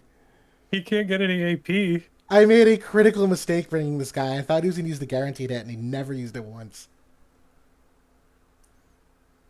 And she's out of AP now, too. Oh, my God. You're just going to keep missing on their basic attacks? This is content, guys. That's how it felt back then, Neon Stop says. It did though. I definitely remember missing all the time for sure. That was like if you hadn't ground out like 2 Alex rings back then, if you skipped out on Blades of Grass on the first Final Fantasy Tactics event, Yes. like you were just kind of boned for a while. Yep. Absolutely true. All right, so there goes my Raldor display. I really did think the guaranteed hit was going to come in and do something, and that did apparently nothing. Good So lord. that was absolutely a good summary of year 2 in Elena's reign of dominance. So we're on to year 3. I'm good again. I'm good. So why don't you build the room this time while I make the team, because I need to make it again. Sorry for that. Oh, I don't the damn client didn't save my configs. nope, quite okay. I went with a OG meta team. It's not going to be as meta here because I did not tune it at all. But this is the Glaciella Sorrow Sadali team that ran havoc on breaking up the ice meta, where if you recall, it was the Gunner girls, or the Missile girls, and Snow. And Sorrow came in here very clutchly, having that like healing power down and courage removal on that one hit to just like completely take out Snow. And then there's really no like water counterplay or like anything. Even like bring ice was tough just because of him. That Glaciella was far ahead of her time. If you recall, that she could just get work done. Yeah, that was a great team. I know that Cookie Jar was famous for that team So for Cookie a Jar, while. yeah, they were a one trick. Um, was it wind only? Wind only guild. That when Sorrow came out, it was an easy pull for them, and they had the best wall. They even finally overtook VIP for number one at one point because of their specialization. And they ended up reverting to the mean, and we ended up merging anyway, like months and months and months later.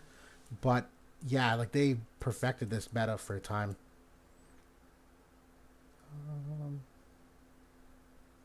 All right, Yeah, I'm good. team is almost done. And so just so you guys, so Velis won, and so I'm going to be building. I'm building just an ice team, standard ice team. Cool. I've got Velis with Snow and Elia, which was a pretty common configuration, I think, during that year 3 ice meta. It was kind of in the latter half of the year once Elia came into the game. Before she came in, I think we saw Eliza a little bit in that team as well. Also saw Velis and both archers. So there was like some different configurations. Edelman PR pointed out the AI change that Sadali underwent, and yeah, it's hard to articulate, but they did something to screw with his AI with the bow tie and the hate and casting Immortal Dogma. We're getting some comments here about changing the map here, though. I'm not averse to that. Is there another map that you think Okay. was like a good like year 2 throwback? What would you guys recommend? I don't even remember. Like I couldn't tell you a map from a year to be honest, but um Or what was a big one for that Elia meta? There was like the long missile type map. Um, Shoot, what's the name of it? We've played it in in Ancient WBL. Ruins. Oh I no, think you just went by it. this one That one, Ancient Ruins 10. I remember 10. playing that one with Elia quite a Yes, bit. yes. What do you think about that one, guys?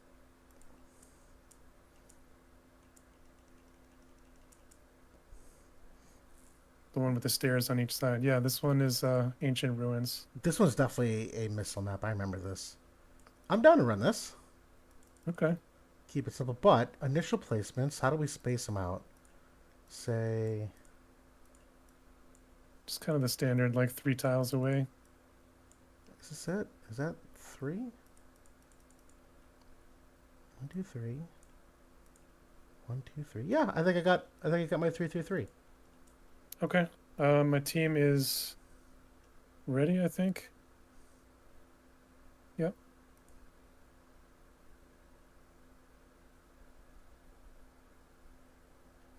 Mm. All right, 4623. 122.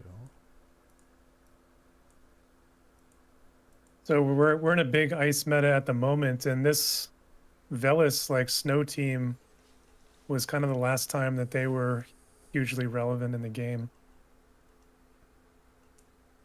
So it's been a minute. It has. I'm glad Ice broadened its horizons, though. They were really like hard stuck in their core of missile. Then if you got rid of the missile units, Ice was nothing, and they're at least far more well rounded now, which is what I kind of hope for all elements. And I think Gumi's done a good job of that. To be fair, going into year 4. You'd hope they kind of cover all unit archetypes at this point, but yeah, units Ice is a lot more well rounded now. All right, ready to go. All right, let's do it. Battle 3 of 4. All right, let's see what happens. I mean, I'm still very hopeful in that Sorrow Snow matchup. I know Snow has the guaranteed hit, so like there's like, throws in a little bit of chip damage, but that Sorrow ability to remove Courage and the healing power down is so devastating.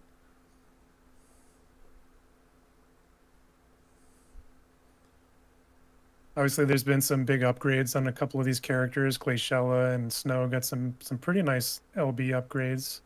Oof. Yeah, there's the AI difference we're talking about. Oh yeah, no hate, so he casts it on himself, right? It's so bad.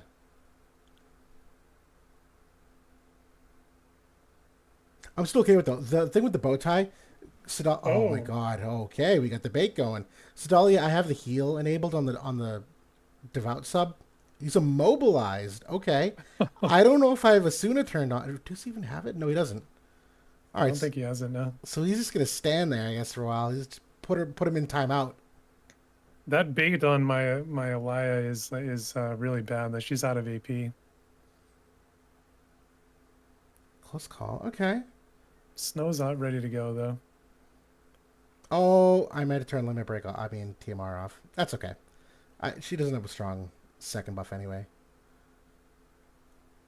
That did like nothing. Wow. What the fuck? Sally is oh my god. He's done. All right. Well, let's see if Glassy can carry. All right, Snow. Oh, Velis is going aggro. Yep. That's the wind res down. Okay. Okay. It's not looking all right. I'm not liking this. Wow. Snow's doing pretty good. That's the fight. Damn. Wow. No chance. Elia is doing some work here. Hey, thanks for changing the maps, guys. That was a great idea. I mean, it is period accurate. Facts. Like Elia was really good on this map. She was, and she still is. Oh.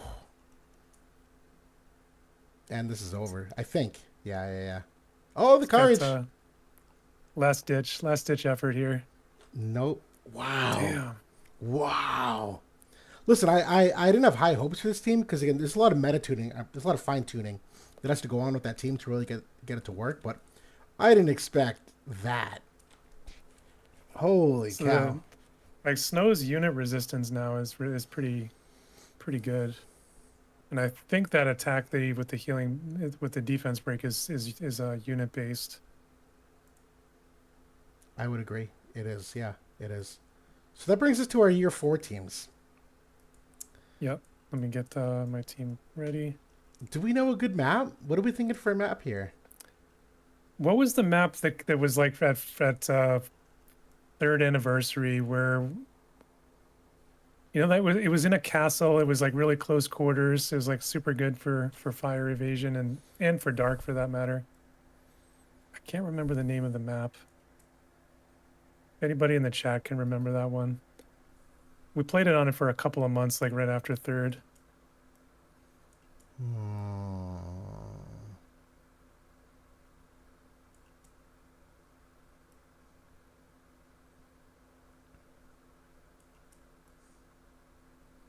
I really can't remember. Man, at this point too, they need some better naming conventions. There should never be a 9 or a 10 of any map. I think it was like some kind of castle interior, maybe, but I don't know. Mm,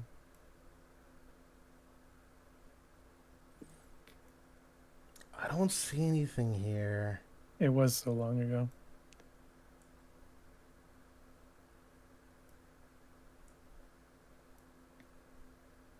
Yeah, the first day of Sephiroth Guild battle. Kudos to anybody that can remember that one. Leonis Castle Gate. I'm pretty sure it was an interior, but what about that castle interior one? That looks like maybe. Yeah, This that's is the one. this is the Astrius map, I think. When Astrius get like before Esther. Go to that one, see what it looks like when you go on the map.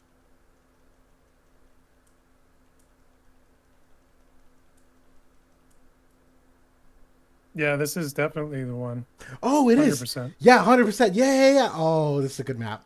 Yeah, we're doing this map. I knew it. I knew it was interior, some castle interior. Yep. Let's fucking go. This was the Lemure cancer where she would get Yes. you get haste going, and like there was nothing you could do to prevent Sephiroth being hasted. And like she'd quicken him and he would just two tap everyone. It would be haste, quicken, boom boom boom, dead. Okay, so we got the map. It's 81017, and this is map 404. So again, this is the 4th anniversary units. We took the poll on it. OG Rebirth, 7 units got voted. I guess more reason why Advent Children is a smart strategic decision. 7 wins as much as I don't want it to. And I love 7. I feel like I didn't get that point across. It's like an S tier game for me. It's one of the first Final Fantasies I ever played. I just hated it as the next collaboration. I thought there were others that were more deserving, but Yeah. Just bear with me. I need to put the finishing touches here on the team because it was all blown away. But just so you guys know, Yuffie was the other top choice for year 4. So of course that was music to my ears. yours is Max reincarnated, so this is gonna be difficult for me. Correct. And what I had always wanted to do at that time was to reincarnate Mont, but when the system was first launched, it was just so prohibitively expensive. I didn't spend any resources on him. Eventually I did though, like when they did the Scroll Fest. By that point I had so many mind spheres built up, and scrolls were becoming more common, so my Mont is now reincarnated as well. Mine too. He's been amazing. Mont is a fantastic Max reincarnated. Xeno, when we say cancer, that just means like not fun to play. Hard to deal with. Hard to deal with, but there's an element of not funness with it also. Yeah. For me, my Raph is the only Max reincarnated one. My Sephiroth is not actually. I think he's only at like 15 or 20. I was not on board with Max reincarnated him, and you saw my 3rd unit already.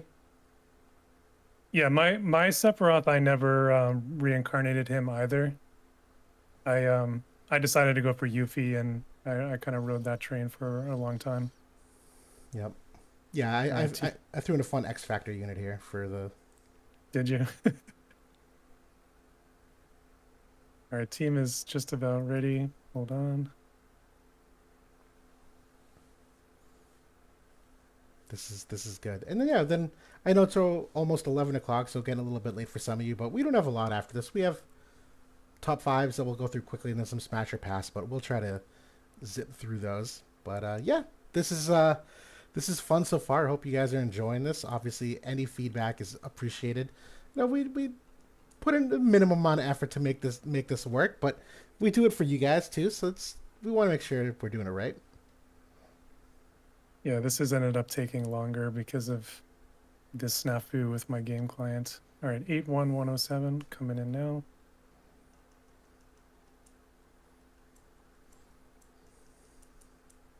This will be fun. Let me just check the placements real quick. God, I have no idea what the hit rate's going to look like on this.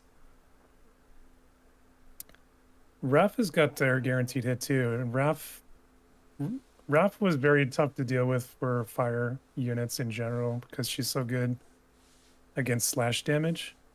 Good point. So, Good point. all Yep. right. So I think this is fine. Did you spaced 3 away or Oh shit. okay? I think that's. I just had the defaults here. I think they're 2 away. So I think my defaults were also 2 away. Yeah. okay, good to go. All right. This is going to be fun chaos. Yeah, 81017. Oh yeah, you're already in there. I'm sorry. Okay. A special shout out to Gumi still for these custom titles. I'm still like in love with these. The ones they made for like the content creators in your class of your own from Class Match. I love those. I can't see myself taking it off. Okay. That was really cool that they did. I hope they do that again. I remember absolutely loving this map with fire because anybody that was trying to run that the Lemure stuff that you were talking about, I was absolutely just completely owning them. This was nice too because Valentine I don't. Eldyra. This is the first time she was good. She was never good up until like this iteration of Fire.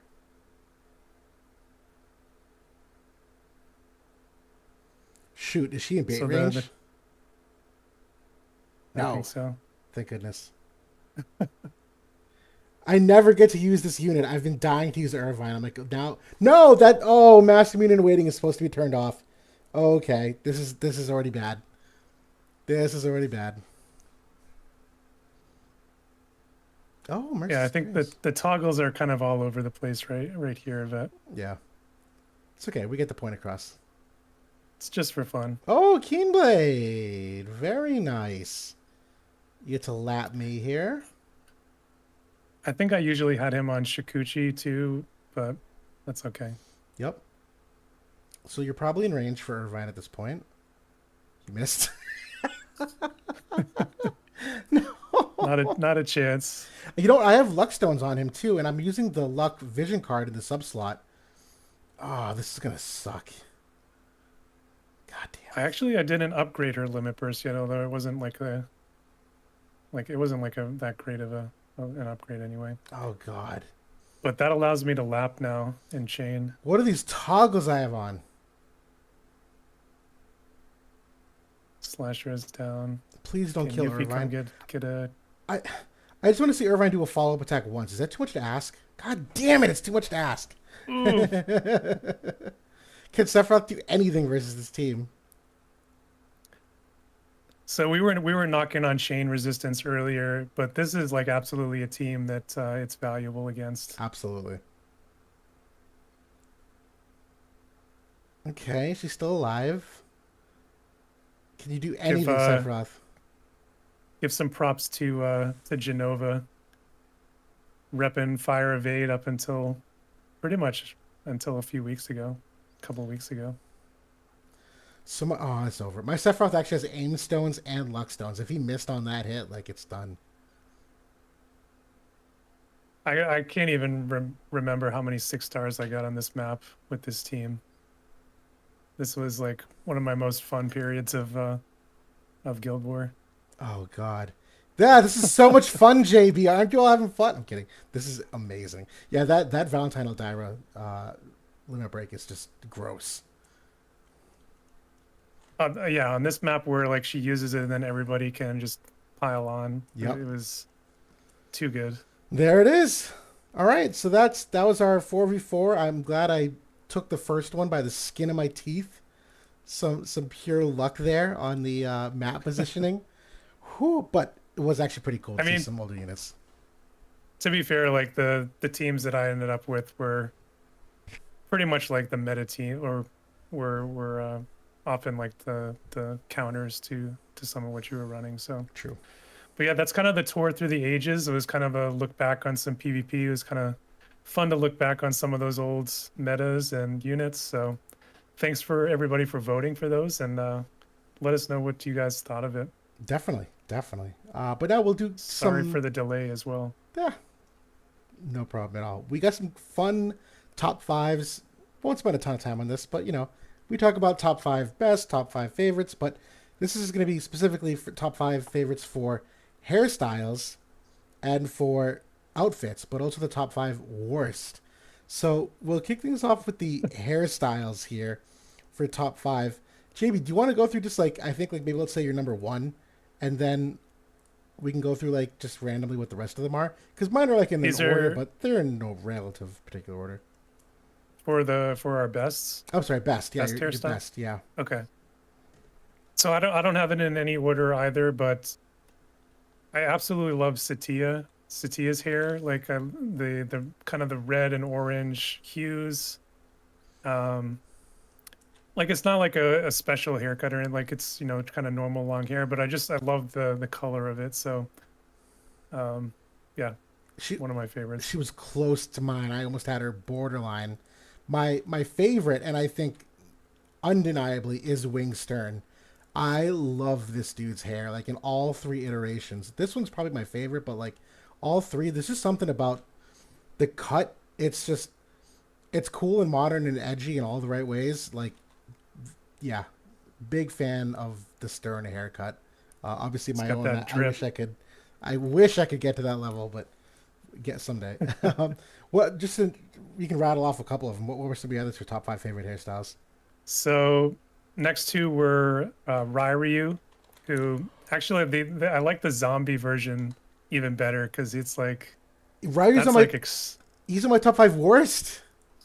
really. Yeah.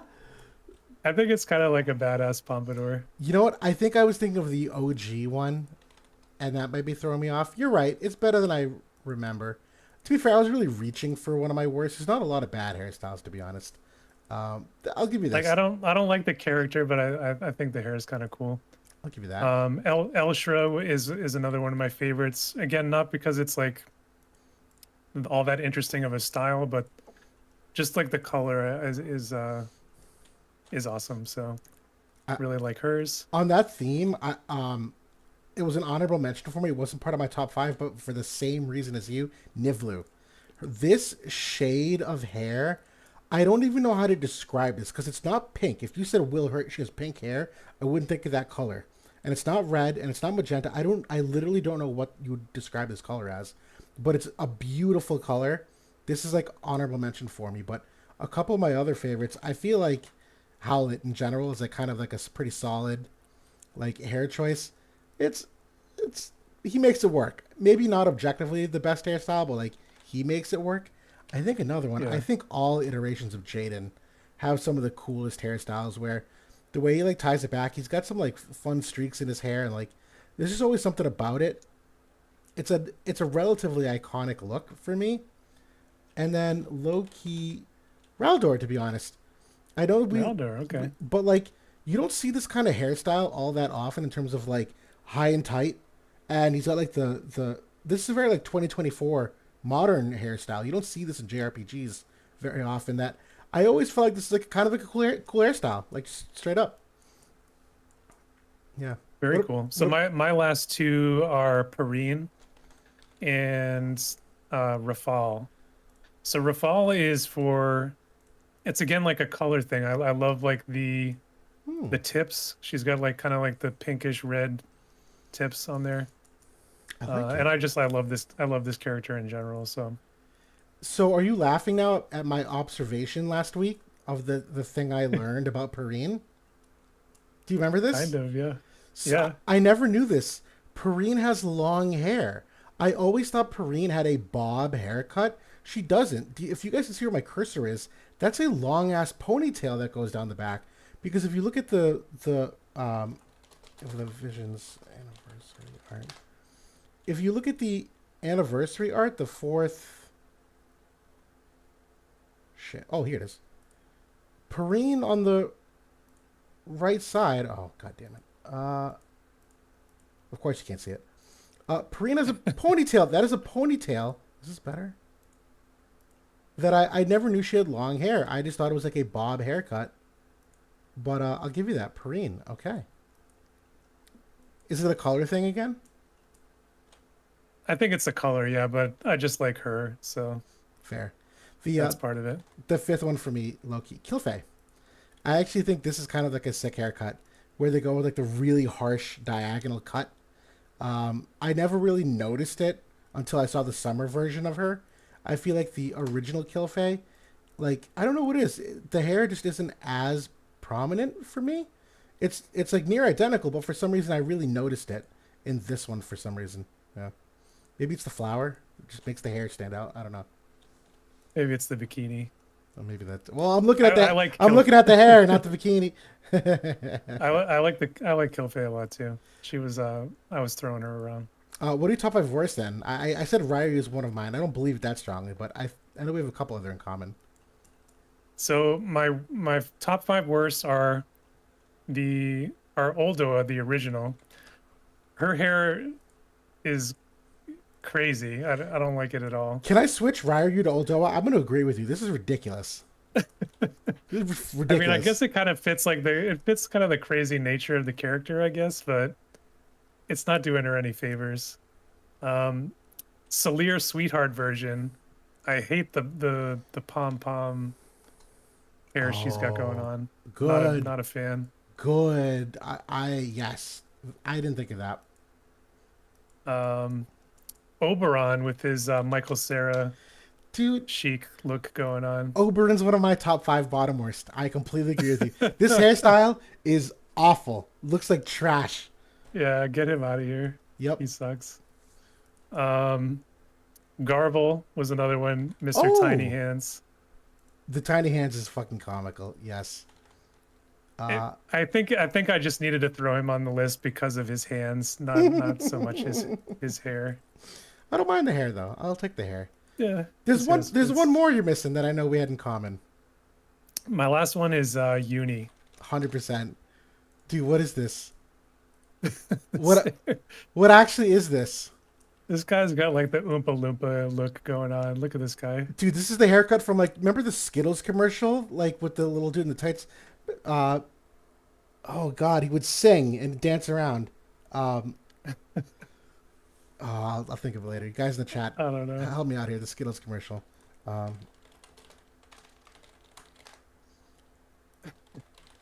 Brad again says he's seen 10 dudes with Oberon's haircut this week.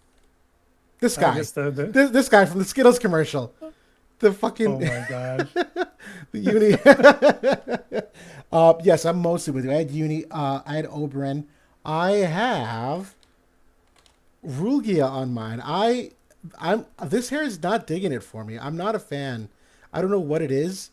It's close, but there's just something about it. Not a fan. Maybe it's just the rest of the outfit that the hair doesn't look right to me. Maybe on any other character this would look better. But low key, the other one I actually genuinely really hate. He's not in global yet. Volk. This haircut is gross. Ooh, Gross to me. I yeah. hate this hairstyle. Everything about it. That Volk is in my top five worst hairstyles in the game. Yeah. I could see it. I could Yep. see it. The Uh, Shimmer Lance. No love lost for the Shimmer Lance. no, not at all. But then we get to outfits. Top five favorite outfits. Top five worst. What were some of your favorite outfits? My favorite, and I think it might actually be my number one, is Winged Stern. So I was happy to see that Oh, you were loving up his hairstyle. uh, he's This one of my guy top five. just he looks so awesome. I love this guy. I thought it'd be cheating if I put him on twice for hair and outfit. I couldn't agree with you more. I intentionally left him off because I thought it was double dipping. Like with the Gilgamesh wing, like one wing angel. Love it. Everything. The color theme is Um, awesome too. Everything's awesome. yeah. Uh, My, or you want to go? I was going to say, just on that note, like, flat out Gilgamesh. Gilgamesh is one of my top five. This is a very cool character design. Everything about it, like the mask, maybe I could do without. I don't know if I love the design. I don't hate it, but if I look for a weakness, that's it. But like the chest piece is great. The wings obviously stand out. The color theme is like pretty cool. You have like the tattered flowing rags from the bottom, and not only does he have the wings, but he's got this like the dual wings here. Like you have the horizontal ones too. The ice blade in front. Everything about it, awesome. Top five favorite outfits. Yeah, he's really good. I didn't have him on my list, but I have actually Melanie on my list. I really dig Melanie's look. She was borderline for me on putting it on. I agree though.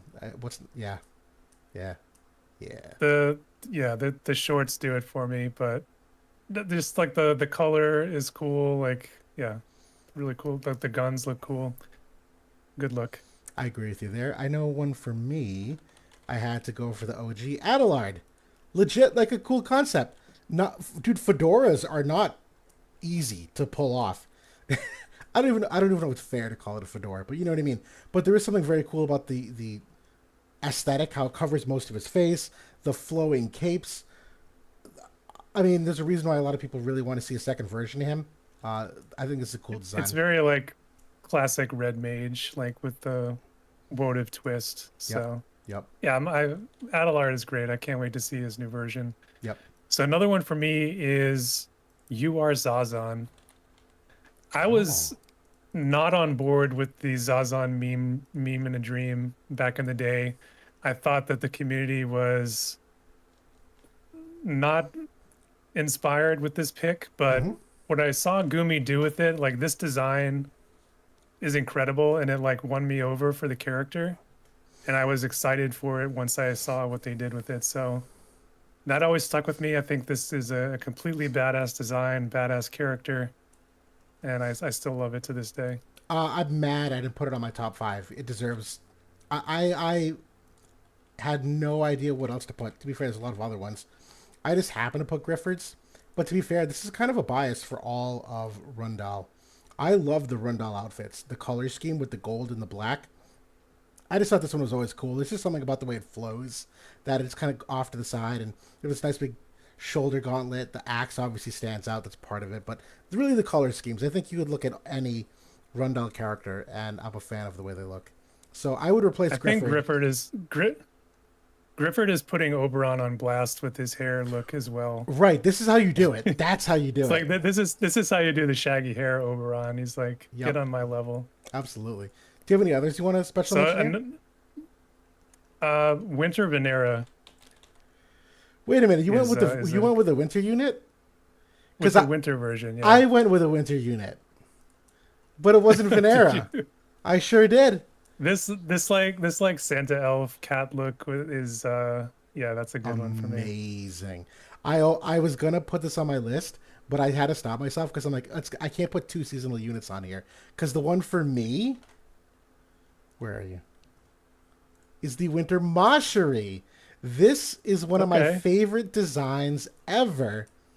I love it from like the flowy skirt, the bow. I think is just like it's not too much. I think her hair looks amazing here. Like everything about it, from like the spear, the symmetry of like I don't know the leg piece, everything about it. I love the winter moshery look.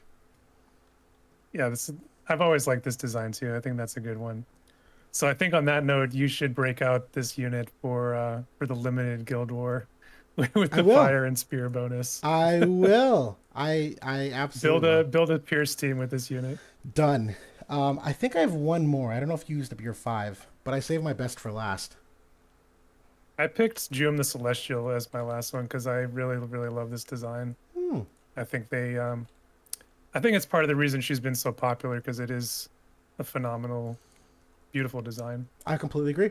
I completely agree. But the one for me, this character, guys. I challenge you after the stream or even right now. Look at this artwork for a while. You will notice more and more details the longer you look at it. Engelbert. Engelbert's design is so intricate. The longer you look at it, you notice more and more all these little like different puffballs, where he has different tassels, where he has different layers of his clothing. Obviously the shield's cool, but like the samurai pauldrons up here, like the shoulder, like he's got the bow in his hair. There's more and more the longer you look at this. It's a very cool design overall for me. I've always liked this design too. It's he's got kind of like the Bushido like samurai infusion, like with this like badass shield. Yeah, Yeah. always loved Engelbert. Yep. Um, we were gonna go over top five weapons. I don't know if I have enough to really say like we should do a segment on it because we still have Smash or Pass, which I really want to get to. Is there a weapon though? Mhm. We can talk like call out one or two if there's really like a couple that you really like. Did we want to pass over worst outfits Oh, we for did not. weapon No, or we absolutely have to do five worst outfits. I'm sorry, guys. That is worthy of the content. So let's just call them out real quick. yeah, So Uni's on mine as again. Just so you guys oh know, okay, Uni's definitely top five worst everything. Like that outfit. Uni's getting called out big time Yeah, today. see ya. So for me, Durando and Gargus are both on my shit list for bad outfits. These like kind of S&M mofos. I'm not into it. So I bet you top have. five worst for me. I bet you halfway. Gargus to me is on my list. This is atrocious. This is one of the worst outfits I've ever seen ever. Durando's at least I actually don't mind. It's because Durando's standing next to Gargus. I think he looks worse. I think in a That's vacuum, true. It's true. this is a pretty cool design. It's just that when you see the two of them, you're like, bro, like what the fuck am I looking at? Was it the Muppets? Like what am I like? This is ridiculous. Um, yeah. So SR Little Leela, like I'm not a big fan of like this bunny kind of thing going on. You just like I upset don't half the fandom.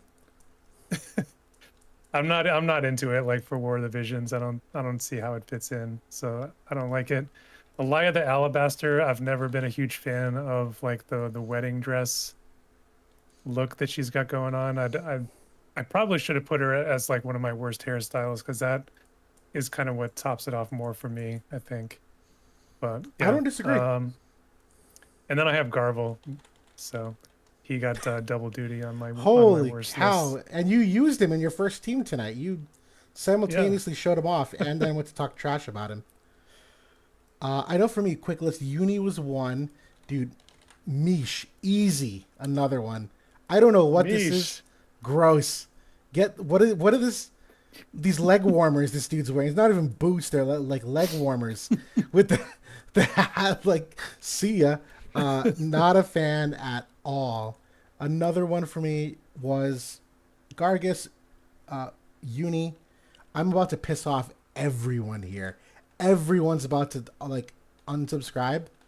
No. Ramada. I I'm d- I'm unsubscribing. hate this character design. Nothing about this character design makes sense to me. Where she's like half this like armor plated unit, but really not armor, just a helmet. But she's also this like magical star seeing being that is not reflected anywhere here. But really, more than anything, I really hate this hue of blue. There's something about this hue of blue that immediately turns me off from her. That we talk about all the good colors. This is a bad color for me. I think if you change this to like almost any other hue of color and did something else to make her a little more like armor clad, because the helmet is just way out of place for me. I really don't like this character design. You exposed yourself as a fake water main. I, apparently, I'm a new school. I'm new money. Yeah. My other one I'm about to piss off a couple, but I have an asterisk on this is Bronwell. Here's the thing with Bronwell. Let me Oh, let me this I don't like. This amazing. I hate her hat. I think this outfit is amazing, but this hat is minus 100. This hat completely destroys the look for me. The nun cap. I think the rest of the outfit is very cool. Like these like flower, like the feather belt things, like the everything. The crisscross of the belts, the shoulder overlap. The flowing nun cap does it for me. Minus 100 points to Gryffindor. Like no. Because that's the image you most often see too in game, right? So like it like kind of overshadows the rest of the outfit. I can see it a little bit, but I like it. Yeah. To be fair, I was really reaching on that five. There's not many bad designs in this game, so that's a difficult one. But Oh yeah. Art um, overall is outstanding. we did have Smash or Pass next, which I know. Excuse me for a second, guys. Let me get this open, and I know it's 11:20. We're getting late, but I know we'll kind of rapid fire through some of these. Okay. So, how did we have this set up?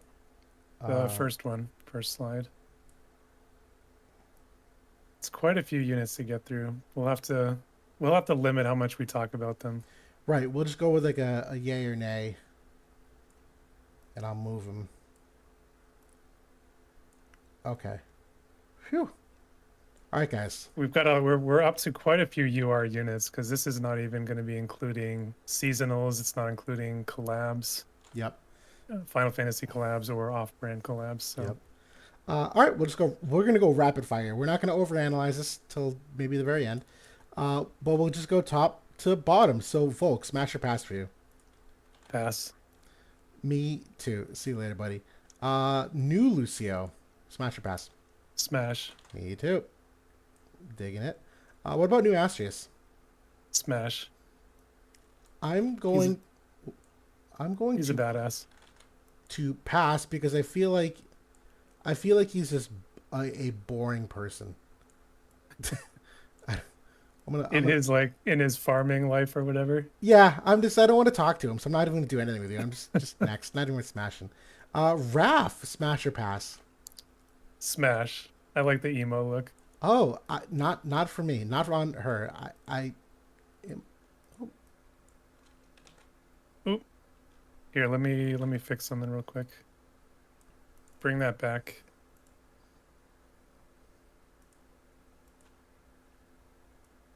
Let me bring all these to the front so Cool. you don't have that issue. No, Alright, there's. should be good. I mean, like without overanalyzing, there's nothing really like sexual about Raph to me, if you know what I mean. I don't get sexual vibes from her. I can definitely see that. She's very infantile, like Yeah. in her personality. Yeah. How about Dialdo? Pass. I know I seem picky, but I'm gonna agree with you. He's kind of like old man territory for me with the hair color. Vega. He was like potentially on my list for worst hairstyles. Like his kind of like crystal formations on his head don't really do anything for me. Yeah. Shout out to Quistis. He calls him Rick from Rick and Morty because of how ridiculous the hairstyle looks. If you ever hear Quistis talk about Rick, he's referring to Dialdo. That's funny. Vega.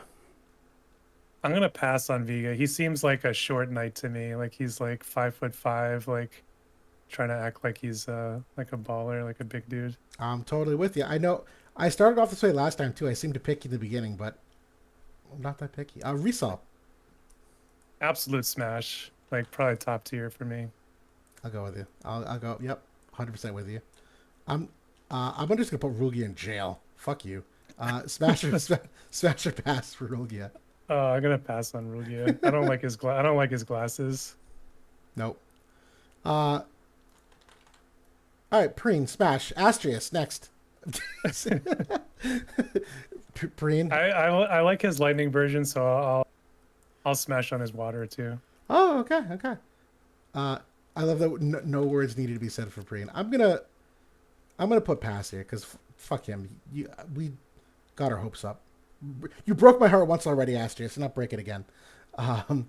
Renan's a smash for me. You're a big Renan guy. I am, I know. I'm gonna pass on Renan. That's fair. He's got a cool voice, but I never really got into him as a character. I can see that. I'm gonna make an assumption here. See Tia? Mm, Oh, 100%, yeah. yeah. Smash. Smash all day. Velas. Oh, smash. Velas was, I love Velas. He was such a good unit, such a cool character. I'm right there with you. Original Jum. Smash. Easy. Easy. Man, this is like, there's so many good ones on here that the like Smash is gonna get filled, I feel like. Right? What about the original Lucio? Can have my work cut out for me. Lucio's a smash. See, this Actually, wait. Let me take that back because the original one, like, actually, I hate like his like newbie yeah, me too. thing going on. So pass. Yeah, we're gonna have to teach him too much in the bedroom. So that's you know, He doesn't know what's going on. Amnelis. Amnelis is a smash. Like, yeah, I like the time traveling possibilities. Easily agreed there. Right. That means you could do it all night. You'll just time travel to 20 minutes ago, and you just do it all night. Wing Stern. Smash. Yeah, Smash. he's. We talked about how cool he is. I'm totally with you. Isolaya, the gunner version. So as much as I dislike the lightning version, I really like the original ice version and the look and the hairstyle. So Smash for me. Pass for me. A little too bland. It's just bland. I think it's a good word. There's nothing really defining about it that makes me go like, oh, I want to look at her more. It's, nah, yeah. Flagbearer Glaciella. One of my favorites. I'll Smash. I absolutely will too. So let me move this. Second. Boom. Let me get Oberon over there. Okay, I think I can. Okay, let me do this. Let me 2 seconds, guys. Rearrange some stuff here so I can A lot of units. better easily, right? But we're doing good. We're doing good. I think we're doing good. Oh, Zeno brought up a good point that Lucio should be in jail. I agree. I cannot click and drag Moshri. Oh, yeah, I can. And I'm sorry, I can only see half the chat at the moment. Yeah. No, Lucio's not underage, though, is he? He's not underage, but like maybe in personality. I'll agree with that. Do you want me to move him in jail for you? Yeah, I'll put mine in jail. I'll keep mine a pass for now. It's a big boy. All right, so we're going a little out of order, but we got Victoria. Smash. Absolutely, this girl can double cross me any day she wants. Um, Gernsback, or Wet Cane, as we like to call him. Gernsback is a pass. He was so disappointing. Fuck this character. Yeah, pass. Engelbert. Engelbert's amazing. Smash. I will completely agree with you. Lucia. I'm all about Lucia. Yeah, Smash. She's one of the few. She was like one of the original like top tier waifu. Her and Frederica was a great waifu team back in the day. If you guys remember this from the first time, I don't have a strong affinity for like a shorter kind of hairstyle. I don't know. Lucia's different. She's built different. Definitely in the Smash category. What about regular Glaciella? Same Smash. I like the Flagbearer version better, but I do like the original water one too. I'm gonna pass. Little too naive and immature, and not the current Glaciella we come to love and know. Corwell. Ooh, I'm gonna pass on Corwell. I'll give him a smash. I don't know. He's kind of bland for me. Personality, nothing, but that hair. That's like California surfer vibes. I'll take it. I'll take it. Eliza. I like Eliza. She's kind of like the scene girl look going on. I'm into it. Very borderline for me. I'm probably going past though. I don't really look at that portrait. You can see I'm not very picky going on over here. Well, hold on. This list is early. I'm probably gonna open the floodgates. Zazan, and I'll go Smash for me. I'm assuming the same for you. Yeah, he's alpha. He's in. Right. What about the Moshri, the OG? I'm not a huge fan of like the pious like original Mashiri. She seems like kind of holier than thou, so I'm gonna pass. I'd still do it. What about the queen? What about the queen version? I like the queen version. She's more badass, so I'll smash that one. I'll also do the Smash. Why not? Low key, I don't love blondes to be honest, but Moshiri, there's something special about her. Oh, you put that one in pass for me. Did I? Oops. Oh, I want her all to myself. Pass. Pass. I'm gonna put him in jail with Rugia. Fuck you. Not only do I hate his look, but I hate his turn in the story. I abhor his character. It's terrible to find the true Jaden. Bro, fuck off. Like, go rule your kingdom and do whatever. Like, this is ridiculous. Sadali. He's good. I'll smash. One of my favorite characters. I'll smash. Easy. What about Leela the Bold? Are you looking forward to a reskin, like a young Sadali? Would you pull for it? 1,000,000,000% yes. This character deserves everything and more. Yeah, he's a true tactics-esque character for me. The puppet master behind the scenes, the time travel, deep backstory, complex. That's like tactics down the middle for me. Yeah, I'm looking forward to a new version. Leela the Um, Bold. She jail? Yeah. I think like the mature, like this is like the figment of her imagination where she's older and more wise and mature. I actually like this version of Leela, so I'll smash that. I The f- I'm the fictional version of her. I'm gonna pass. I don't like Leela at all. I really like any version of her. This that yeah. I don't know. Yeah. I agree. I don't I really dislike the original version, but I liked that side story. I thought it was good. Yeah. Jaden's an immediate smash for me. I don't know about you. Yeah, I'll smash on Jaden. Right on. Like the new King Mont. Smash, Yeah, 100%. all day. One of the best glow ups like in any video game. uh, And there's so many bangers on this list.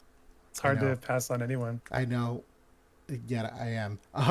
Black Rose Helena, the original, So good. all day. Yeah, definite. Here, I'm gonna put her twice on mine. There we go. What about Knight of That Ruins? that that that vision card art of her is good. It is Knight of Ruins Stern. Um, he's cool. I still I there's things that I don't like about the kind of like the tropey evil version of the character, but the golden armor is really cool. I like the mask, so I'll smash. Borderline, but I'll round up. I'll go smash. What about Gilgamesh? Smash. Yep. Definite. Gilgamesh. He was like the first. He was like on my initial roll of the game. I got him and I built him up, and like way back when 100 cost shards cost double, and that like was what turned me into a whale in this game. So Totally. got fun. Would you do it with a mask on or mask off? I'm kidding. We'll go back to the topic. Lemuray. Is she jail? I don't know. I don't think it's jail. She she seems a little bit boring to me. I kind of like the look, but pass. Yep, I'll go pass. I'm with you. Fred. Big time smash. Shoosh. Right. Fred was is awesome. I There love we that go. character. There we go. No, I'm kidding. Absolutely. Engelbert, you lucky duck. Okay. Eldyra. I'm gonna pass on Eldyra. Oh, I'll smash. I don't like the library look. I agree. It's not necessarily the library look, but I think she's got personality in her aesthetic that I like find visually appealing. Resnick. I like the hair color. The hair color for sure. Resnick. I like the hoppy version, but I'm not I've never been a huge fan of like the look of this one, so I'll pass on that one. It's borderline. I'll round up. I don't love it. I wish her expression was a little bit different, but the actual character art is actually like very appealing. Like she's got a very cool pose. So I'll give it to her there. Charisse. Smash. Easy. Two reasons Easy. why. Grifford. Smash. Yep. He's a badass. He absolutely is. You got me on the Grifford train. Woo! And he's been really cool in the story too. Yeah, I like him. Urel. I'll smash on Urel too. Like she's basically like a different version of Fred. Completely agree. Urel, that's a very attractive piece of character art. If you guys haven't looked close enough. What's his name? Chunak. I'm gonna pass on Chunak. He's too scrawny for me. I'm borderline, but I get weird like Timothy Chalamet vibes. Then I'm like, eh. That Timothy Chalamet is so hot right now. I know, but I can't like unsee Willy Wonka. So now like that's all I think of when I see him. So, you want to bang Willy Wonka? No, no, I don't. No, absolutely not. Varouche. No, pass. What do you mean? Oh my god, no, that's a smash for me, dude. The muscular he's one of the few dudes that can wear like a halter top. I don't even know what it is. Like the exposed shoulders. Dude's yoked. How is he a spirit scaling unit? This dude's like cutting trees in half. More is a smash. More is a pass for me in this version. I like the other more better. I don't. There's something about the hood that obscures. I feel like all I see is robe when I look at her. Do you know what I mean? That I don't really see her. The disrespect of the water element today, guys. I It's can't abide. her and her sister. See you later. Um, what about Farm on that water topic? Is Farm jail? Uh she's not jail. No, she's like pretty mature, but I don't know. I'm too serious for me. Pass. I need a reminder. Mm, no. Mm, shit. I'll. Like not unattractive, but The fact that I ever think about it, I'll go past. I'll round down on that. What about Velric? Velric's a pass for me. I don't Mm, like his hairstyle. I'll go smash, but not a strong opinion on that. Luell. Uh, I kind of like Luell. Yeah, kind of nerdy girl. Like that. I'll smash it. I'll absolutely have affinity. Garvel. Pass. I I'll noticed we don't have a lot of jail in this. Like, there's not like a lot of young kids in the URs. no, there's not, which makes things easier, I guess. What about El Sorel? 100% smash. I don't. I'm gonna pass. I'm not a big fan of the sleeping memes when it comes to characters. That's not my. It's not my jam. That I don't like it either. we'll be in the bedroom halfway through and she'll fall asleep on me. Like, no, that's not fun. I gotta wake her up again. Forget about it. Raldor, I'll smash Raldor. He's a good guy. definitely on my smash. Yep. Uh, Nivlu is Beautiful. Jesus. Yep. I'm gonna.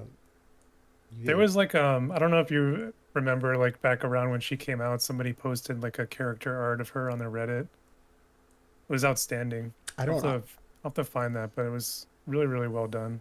To look for Like that later. Add it to the bank. portrait of her. I'm kidding. Luartha, immediate smash for me. I'm so sad this character is not better. I was like on the line with her for a while. Like I didn't like the character for a while, but when her arc in the story changed, it turned her around for me. So I'll smash. But with the asterisk, I need to gag her because if she talks in the bedroom, Yeah, yeah. Her bro, voice is tough. awful. It's like Miley Cyrus has a cold. Terrible. Skahal. Um, he's kind of borderline. Like he's kind of cool. I like him. I'll smash. Okay, okay. I'm gonna smash also. Appreciate that. Howlet. I think I wait. We didn't do the fancy version, right? I think I didn't include the fancy version. No. Oh, we didn't. I like the fancy version better, so I'm gonna pass on this one. Okay. I'm gonna pass too. Although the hair like has some. He's got the Riz. That's what it is. It's not. I don't actually like it. He makes it work. So I like that. Next, Kilfay. Smash. Easy. And these next three for me are all Easy. Venera. Boom. Yerma. yep, Underrated. Guys, yep. Go Stare had her artwork for a while. Underrated. Yeah, Ketone. that's what we like to do. We just like to stare at the Stare at artwork our sometimes. Just, yeah, tough night, tough day at work. We just pull up the artwork. You just stomp down Guild Wars. You need a quick pick me up. You just pull up Yerma. I'm kidding. Ketone. Um, I love this character, but she's got like just she looks too young, so I gotta pass. Not only pass, I'm straight up. Love the character though. I'm putting her in jail. I can't even look. I literally feel dirty thinking about her. Like she's like a child. Yeah, Yeah. Miranda. smash. I like Miranda. Interesting. I'm like half borderline. Not for me though. Yeah. Yeah. Well, Rob. Pass. Oh, Pat. Oh. Oh. The. Oh. There's nothing redeemable about him, even in the story, or like No. His unit is terrible. Gross. What about regular Stern? I like regular Stern better than Knight of Ruin, so I'll smash. I agree. What about Eld? Do we have young Eld on here? Did you do him dirty? You did. We got regular old ass Eld. Dude, young Eld. I think some of the alternate versions I didn't put Yeah, in, like young Helena and you can't. um pass on old. His young one is so good. I'm gonna put him in Smash. I'll just pretend it's the young version. Um, Helena, I'm gonna Smash. I'm gonna assume. Yeah, yeah, Yeah, no doubt. yeah. Oh, this is Melnia. Smash. Let's be real. I already know the answer. Y'all know the answer. One of my favorites. Uh, Howlet, Fancy Howlet. I like Fancy. I'll do Fancy. I'll go with you there. We got Bronwell. We know that you're gonna pass on Bronwell because of the hats. Well, maybe she takes the hat off. I don't know. Like, That's true. I nah, like Bronwell. I'm gonna smash on Bronwell. still the short hair. Take the hat off. Still got the short hair. Meh. She she got some cake though. She, Shal's I'm gonna pass on Goat Girl. absolutely passing on Goat Girl. See you later. Uh, Pass on Gargus. Jail him. Jail him. yup, bro, absolute jail. I'll put him there with you. Miraga, Pass on Moraga. completely agreed. He's Gross, got no personality. none. Garvel's younger sister. Mm, Smash. Oh, I like Vilne. I have no strong opinion, and so I'm gonna put her in jail. Too like straight up looks too young for me. I again Really? yeah. Okay. I think. Uh, Maybe I'll need to. It's been a while since I've seen the character art, so maybe I need to. Is yeah, it too young? I don't know. It looks too young. She might not be, but like it looks for me like outside my taste. Okay. Is it, you know what I'm saying? I don't know if she is. I'm questioning it now. I need to pass now. It's I need to be on the right side of history. amazing. Lamega, Pass. I'm with you. Could have been. I absolutely hate his character Yeah. in the story. Rafael. Smash. I love Rafal. Rafal, thank you. That's Or Rafael. I don't know. Actually I don't know. the Yeah. real pronunciation, Me but neither. Me neither. Um. Yeah. Smash. Minwoo. part of the Black Roses special ops team. That's right. Minwoo. I love Minwoo. She's very wholesome, so I'm gonna smash. I'll do it too. But like, not my first choice. Like the classic white mage. Yeah. Yeah, it's like the Yeah. boring pick. Raychess. 100% smash. Really, really nice. 100%. I'm also there with you. For the smash, we're losing room here. That's a good thing. Camille. Camille is a pass. Yup. See ya. And no. Bye. And I saved the best for last. What do you think about Whisper? I would smash on Whisper. I really hope we get a new version. Like I want to see her character arc come full circle with Stern and get like a new version of her. Absolutely. I mean, that's a pretty common trope. They usually do with like AI, like robots, like discovering their humanity. She seems like the perfect character to do that same thing with. So I'll put her there. Ultimate waifu. There we go. That's our Smash or Pass list. We got a little crowded here, but that's okay. They're pretty good Yeah, so list. this was like the URs, like a lot of, like I said, a lot of bangers on this list. So it's hard to pass on some of these. It is. Oh no, Sure. people are saying Whisper feels like jail. Does she? Really? Does I she? think like, I mean, isn't it like based on the same mold as like Luartha? Like, and At least Exia. So you're right. Exia was the mold. Luarth is one of them, but oh shit. I guess Luartha's like bustier. bustier, but she's shit. I don't know, look at it. Look at it on the Hollow Vessel card. I'm not gonna lie. I think she looks younger on the Hollow Vessel card. Really? Maybe. Maybe not. I think she looks grown up. Like she just isn't busty, right? Yeah. Yeah. Yeah. I'm not changing it. That'll be my risky gamble tonight. All right. I'm pretty happy with that. Yeah. So that is UR Smasher Pass. We finally completed the list. I guess we could like do a third version someday, maybe, and do the collab units and some of that stuff. But I'll be down. yeah, hopefully you guys, hopefully that was entertaining. I think it was kind of fun to go through the list. Always fun.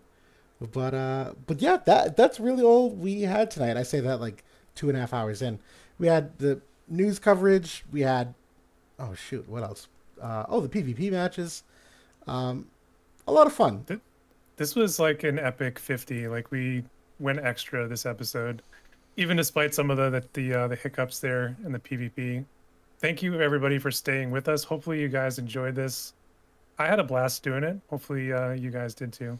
Absolutely. Yeah, honestly, we love this kind of feedback. If you guys watch the Leonis report regularly and you have a preference to say you like the live stream more than a recorded version, we can do this more often. Honestly, we're not against it.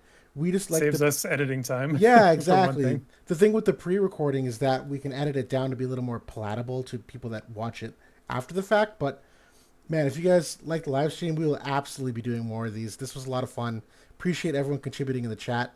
That's really all. That's all we got. Hey, Ram made it in for the tail end here. Hey, just woke up. Good morning. I shouted you out, man, for your level 120 Veritas of the Water earlier. Yeah, he said you were insane and that you waste of time. I'm kidding. You didn't say that. now that the magic meta is over. Right. But no, we'll call it here. We'll sign off. I know it's getting late for us East Coast folks. We got work in the morning, but appreciate everyone being here tonight. We'll obviously look forward to doing another one next week, and good luck for those pulling for Volk. Don't do it if you don't have the resources to do it. I'm gonna do it. I am too, but don't against my better judgment. I'm gonna do it. Yeah.